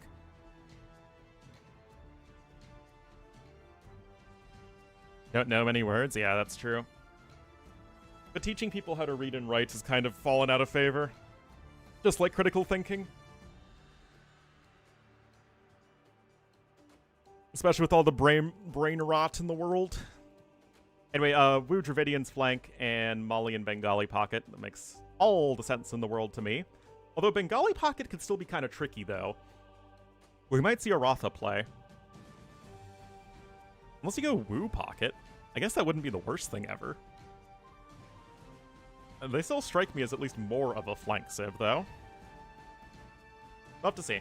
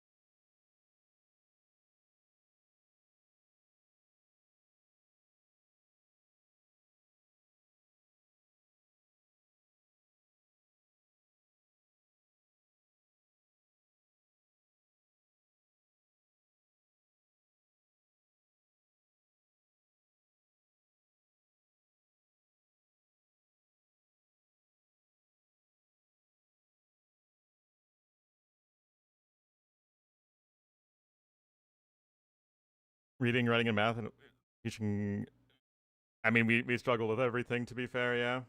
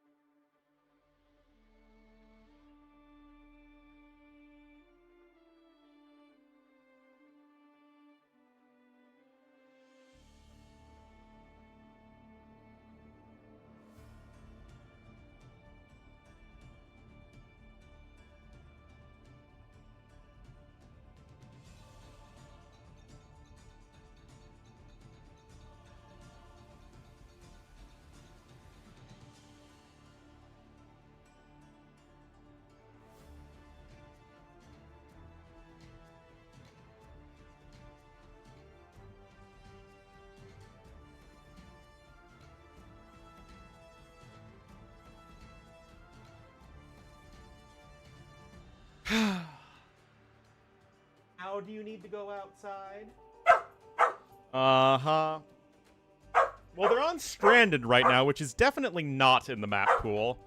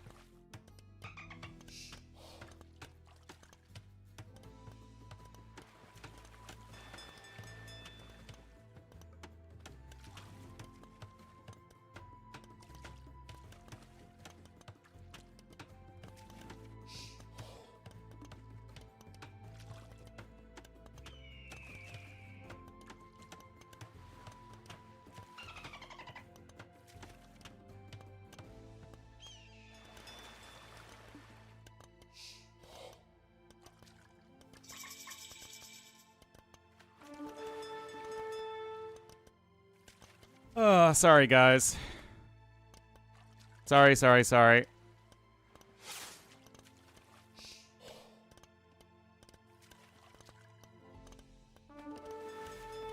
All right. Yeah,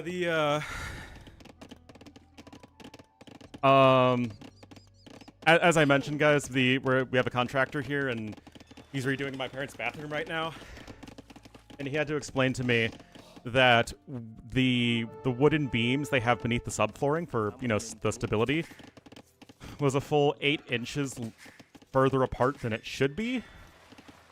So, like, the entire bathroom is nowhere near as stable as it should be, as things are just going to start bending because there isn't, you know, frequent enough wooden supports.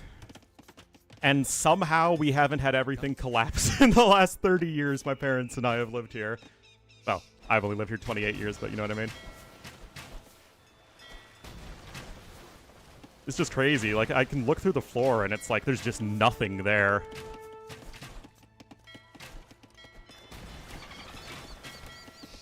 Yeah, it's probably going to be expensive, but I mean, hopefully insurance will pay for it.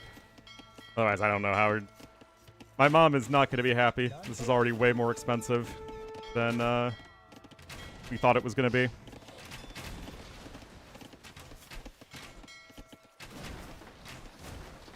Standards issue? It sounds like they tried to do everything on to be as cheap as possible when they built the house. Like, the house itself was just not built very well. It was a rushed, you know, suburban mass construction job. Like, the walls in my bathroom aren't even perfectly at right angles with each other. There's like... it's like not even a perfectly straight line. It's just... yeah.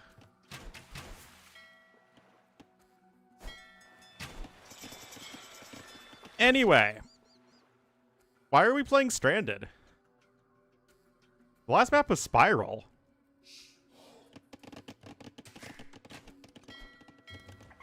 That's kind of weird. My own bathroom? I mean, I have an only child. So our house is 3-bedroom, 2.5 bathroom.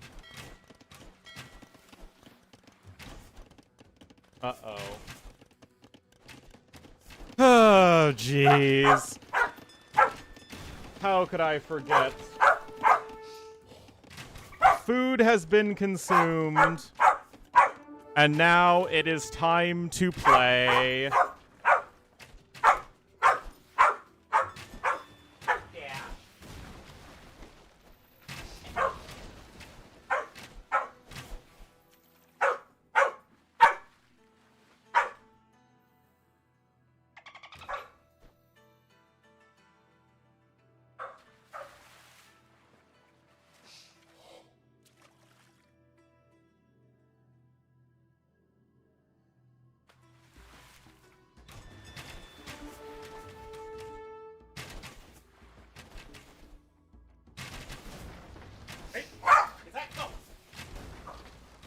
Oh my goodness.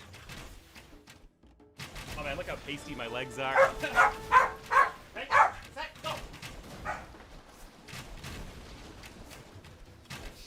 Well, things seem pretty even so far. Everyone on tag is on their way up to Castle Age. So what's happening on the land? Okay. Got...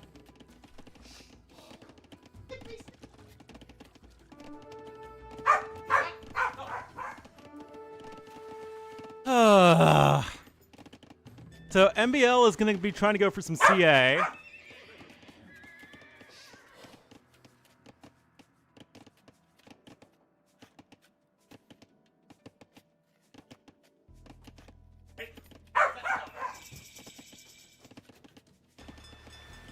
An annoying Poppy. Unfortunately, I'm the only one home.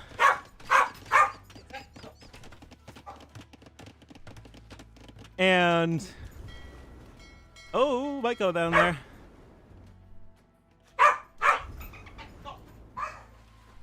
He expects playtime after he gets fed. And he expects to be fed by 2:30 at the latest, which is already passed, so... It's tough when I'm the only one home. And I'm streaming later in the day.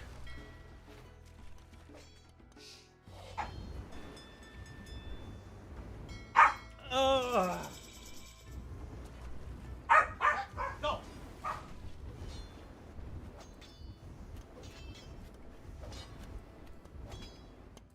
Yeah, a lot more water focus than I thought here, but the CAs are going to be coming on out.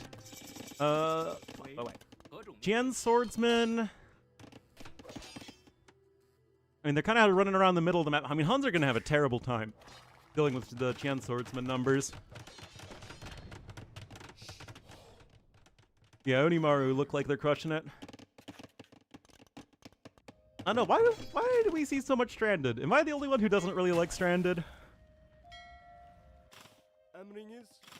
So cursed? Oh, it is absolutely cursed, but he loves it.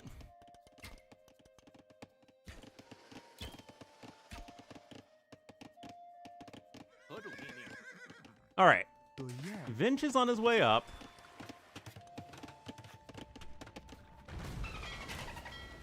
I mean, a 20 villager lead right now for Onimaru. Granted, they have one fewer player in Castle Age, but even so. Oh, do you think I can sit down?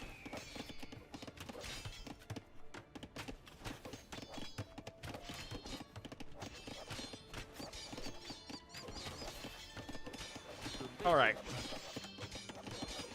Qian swordsmaning. Guard duty, for sure. It's just going to be a small reprieve before he gets back to barking at me. All right, so CA numbers are slowly climbing. Dogao for himself is going for cavalry here as Malians. Perfectly normal stuff. He's on 2 TCs. Sora is also on to adding a 3rd TC.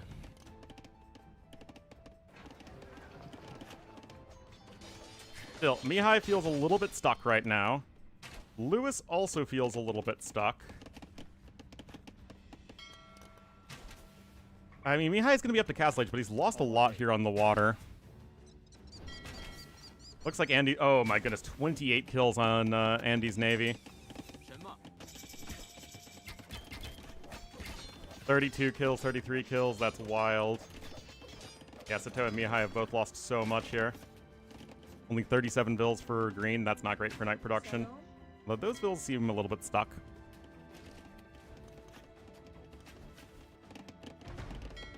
Orgelli is out here for Sora, but you don't have that many of them. Some fire ships are incoming, though.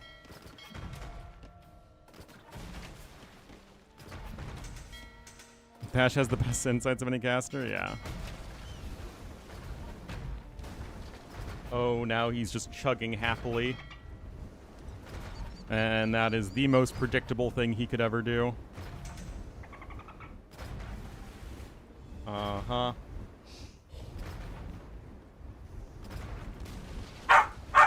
Uh-huh. I know my dog.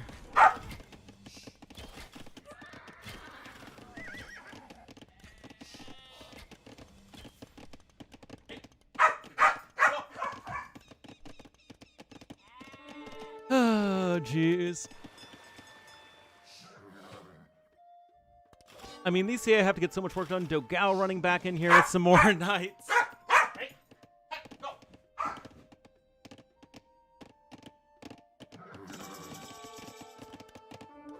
Did Dash? No.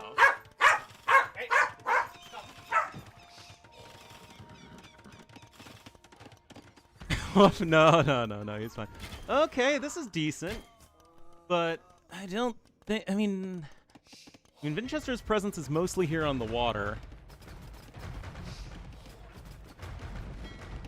But yeah, even destroying the starting TC there for Sato is quite rough. Obviously, I haven't been able to see as much as this game as I'd like. Yeah, we were literally such a silly Civ, man.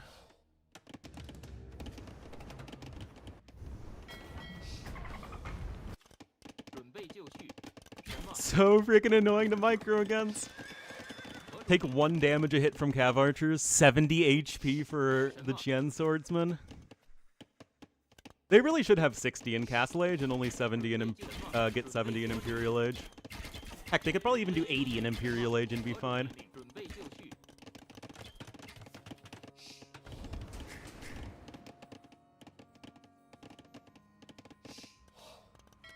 Alright, I mean... Ag are trying to fight their way back here on the water.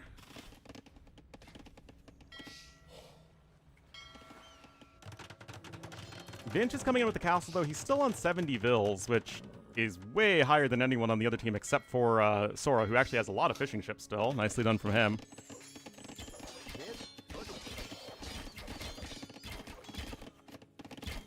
I mean, a few conversions onto the Qian Swordsman there. Devotion coming in as well, though.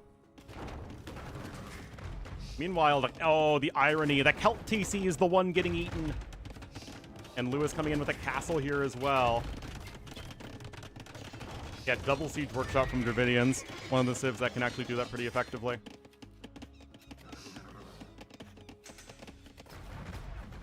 Yeah, Vinchester's still just doing so much damage around the side of the map.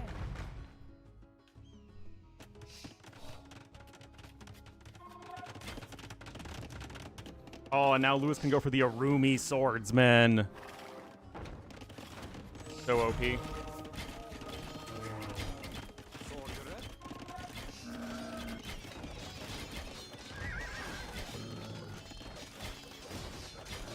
Nom nom nom nom nom nom nom nom nom nom.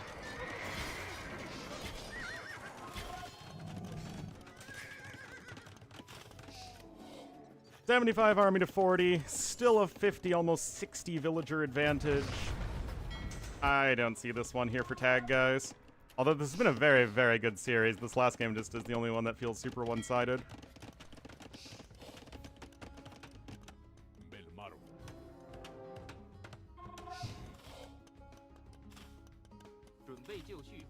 Still plenty of Qian Swordsmen on the field for Andy. And remember, Andy behind this as well is also on 3 TCs and 25 fishing ships.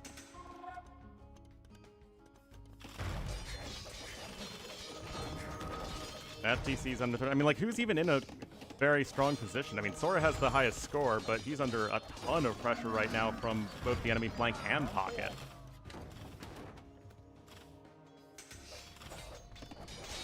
Now we're right-clicking TCs. Now, Qian Swordsmen do have 2 anti-building bonus damage. It's not as much as the regular Swordsman line, but with Arson, it's still not bad. Oh my goodness, guys.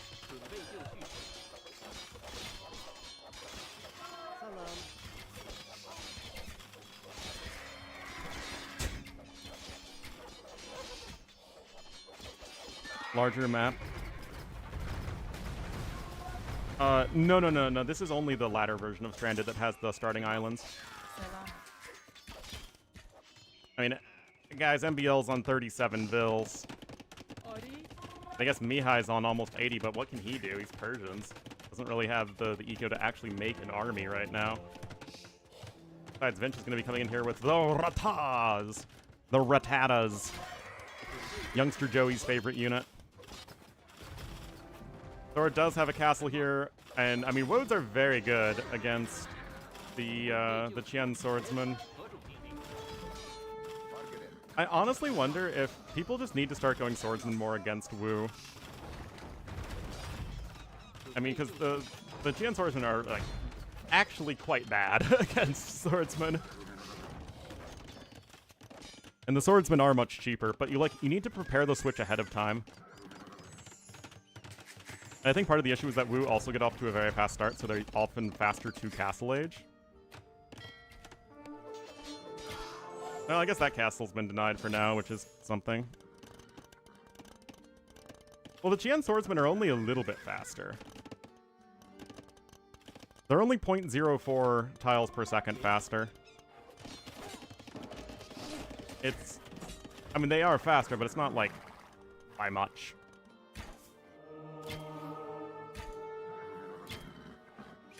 See that with Squires it's 1.1 movement speed as opposed to the Swordsman's, like, what, 1.06?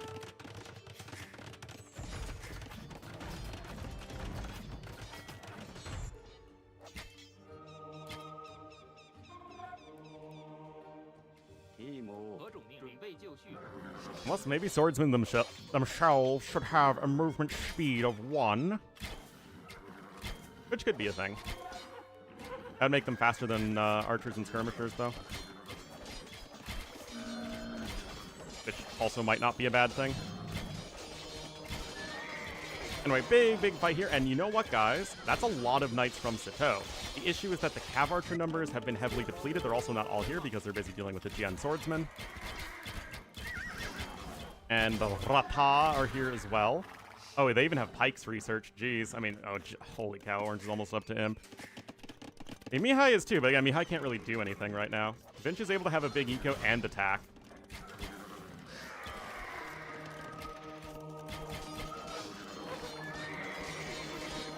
But they also need to be faster than archers, right? Because they are an anti-archer unit. It's just a really weird unit right now. I think that it's functionally the same as a Huskarl, which just feels really not interesting design.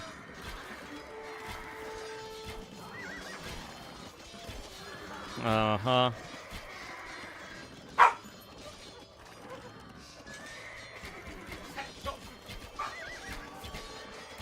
Is best to match. That, unfortunately, there's no one answer to that. AV2 is a very dynamic game. And different units are powerful in different situations. But I mean, yes, if you want 200 of one unit, yes, it is 200 war elephants. Anyway, Onimaru wins the series 3-2. Unfortunately, the last game was a little unfortunate. But other than that, very, very good. Lots and lots of fun games. Whew. Yeah, so, like, I didn't even see this show match yesterday. Which would it be? I mean, my favorite Civ unit combo has always been Mongols and Mangudai, but that's just me. And many, many other people. Wait, what the heck is the quintessential cookout thing?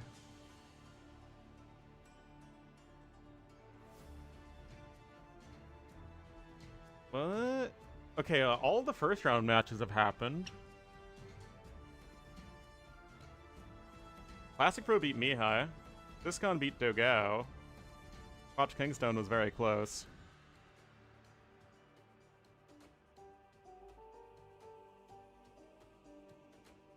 By Roman Scorpions?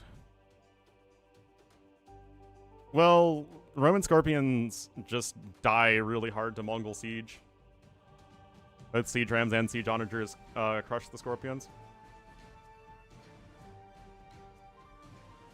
I guess several of the matches have already happened. I don't know, guys. I'll try and figure it out for tomorrow. I mean, this is a $2,500 tournament. It's not tiny. But yeah, that's gonna be it for me.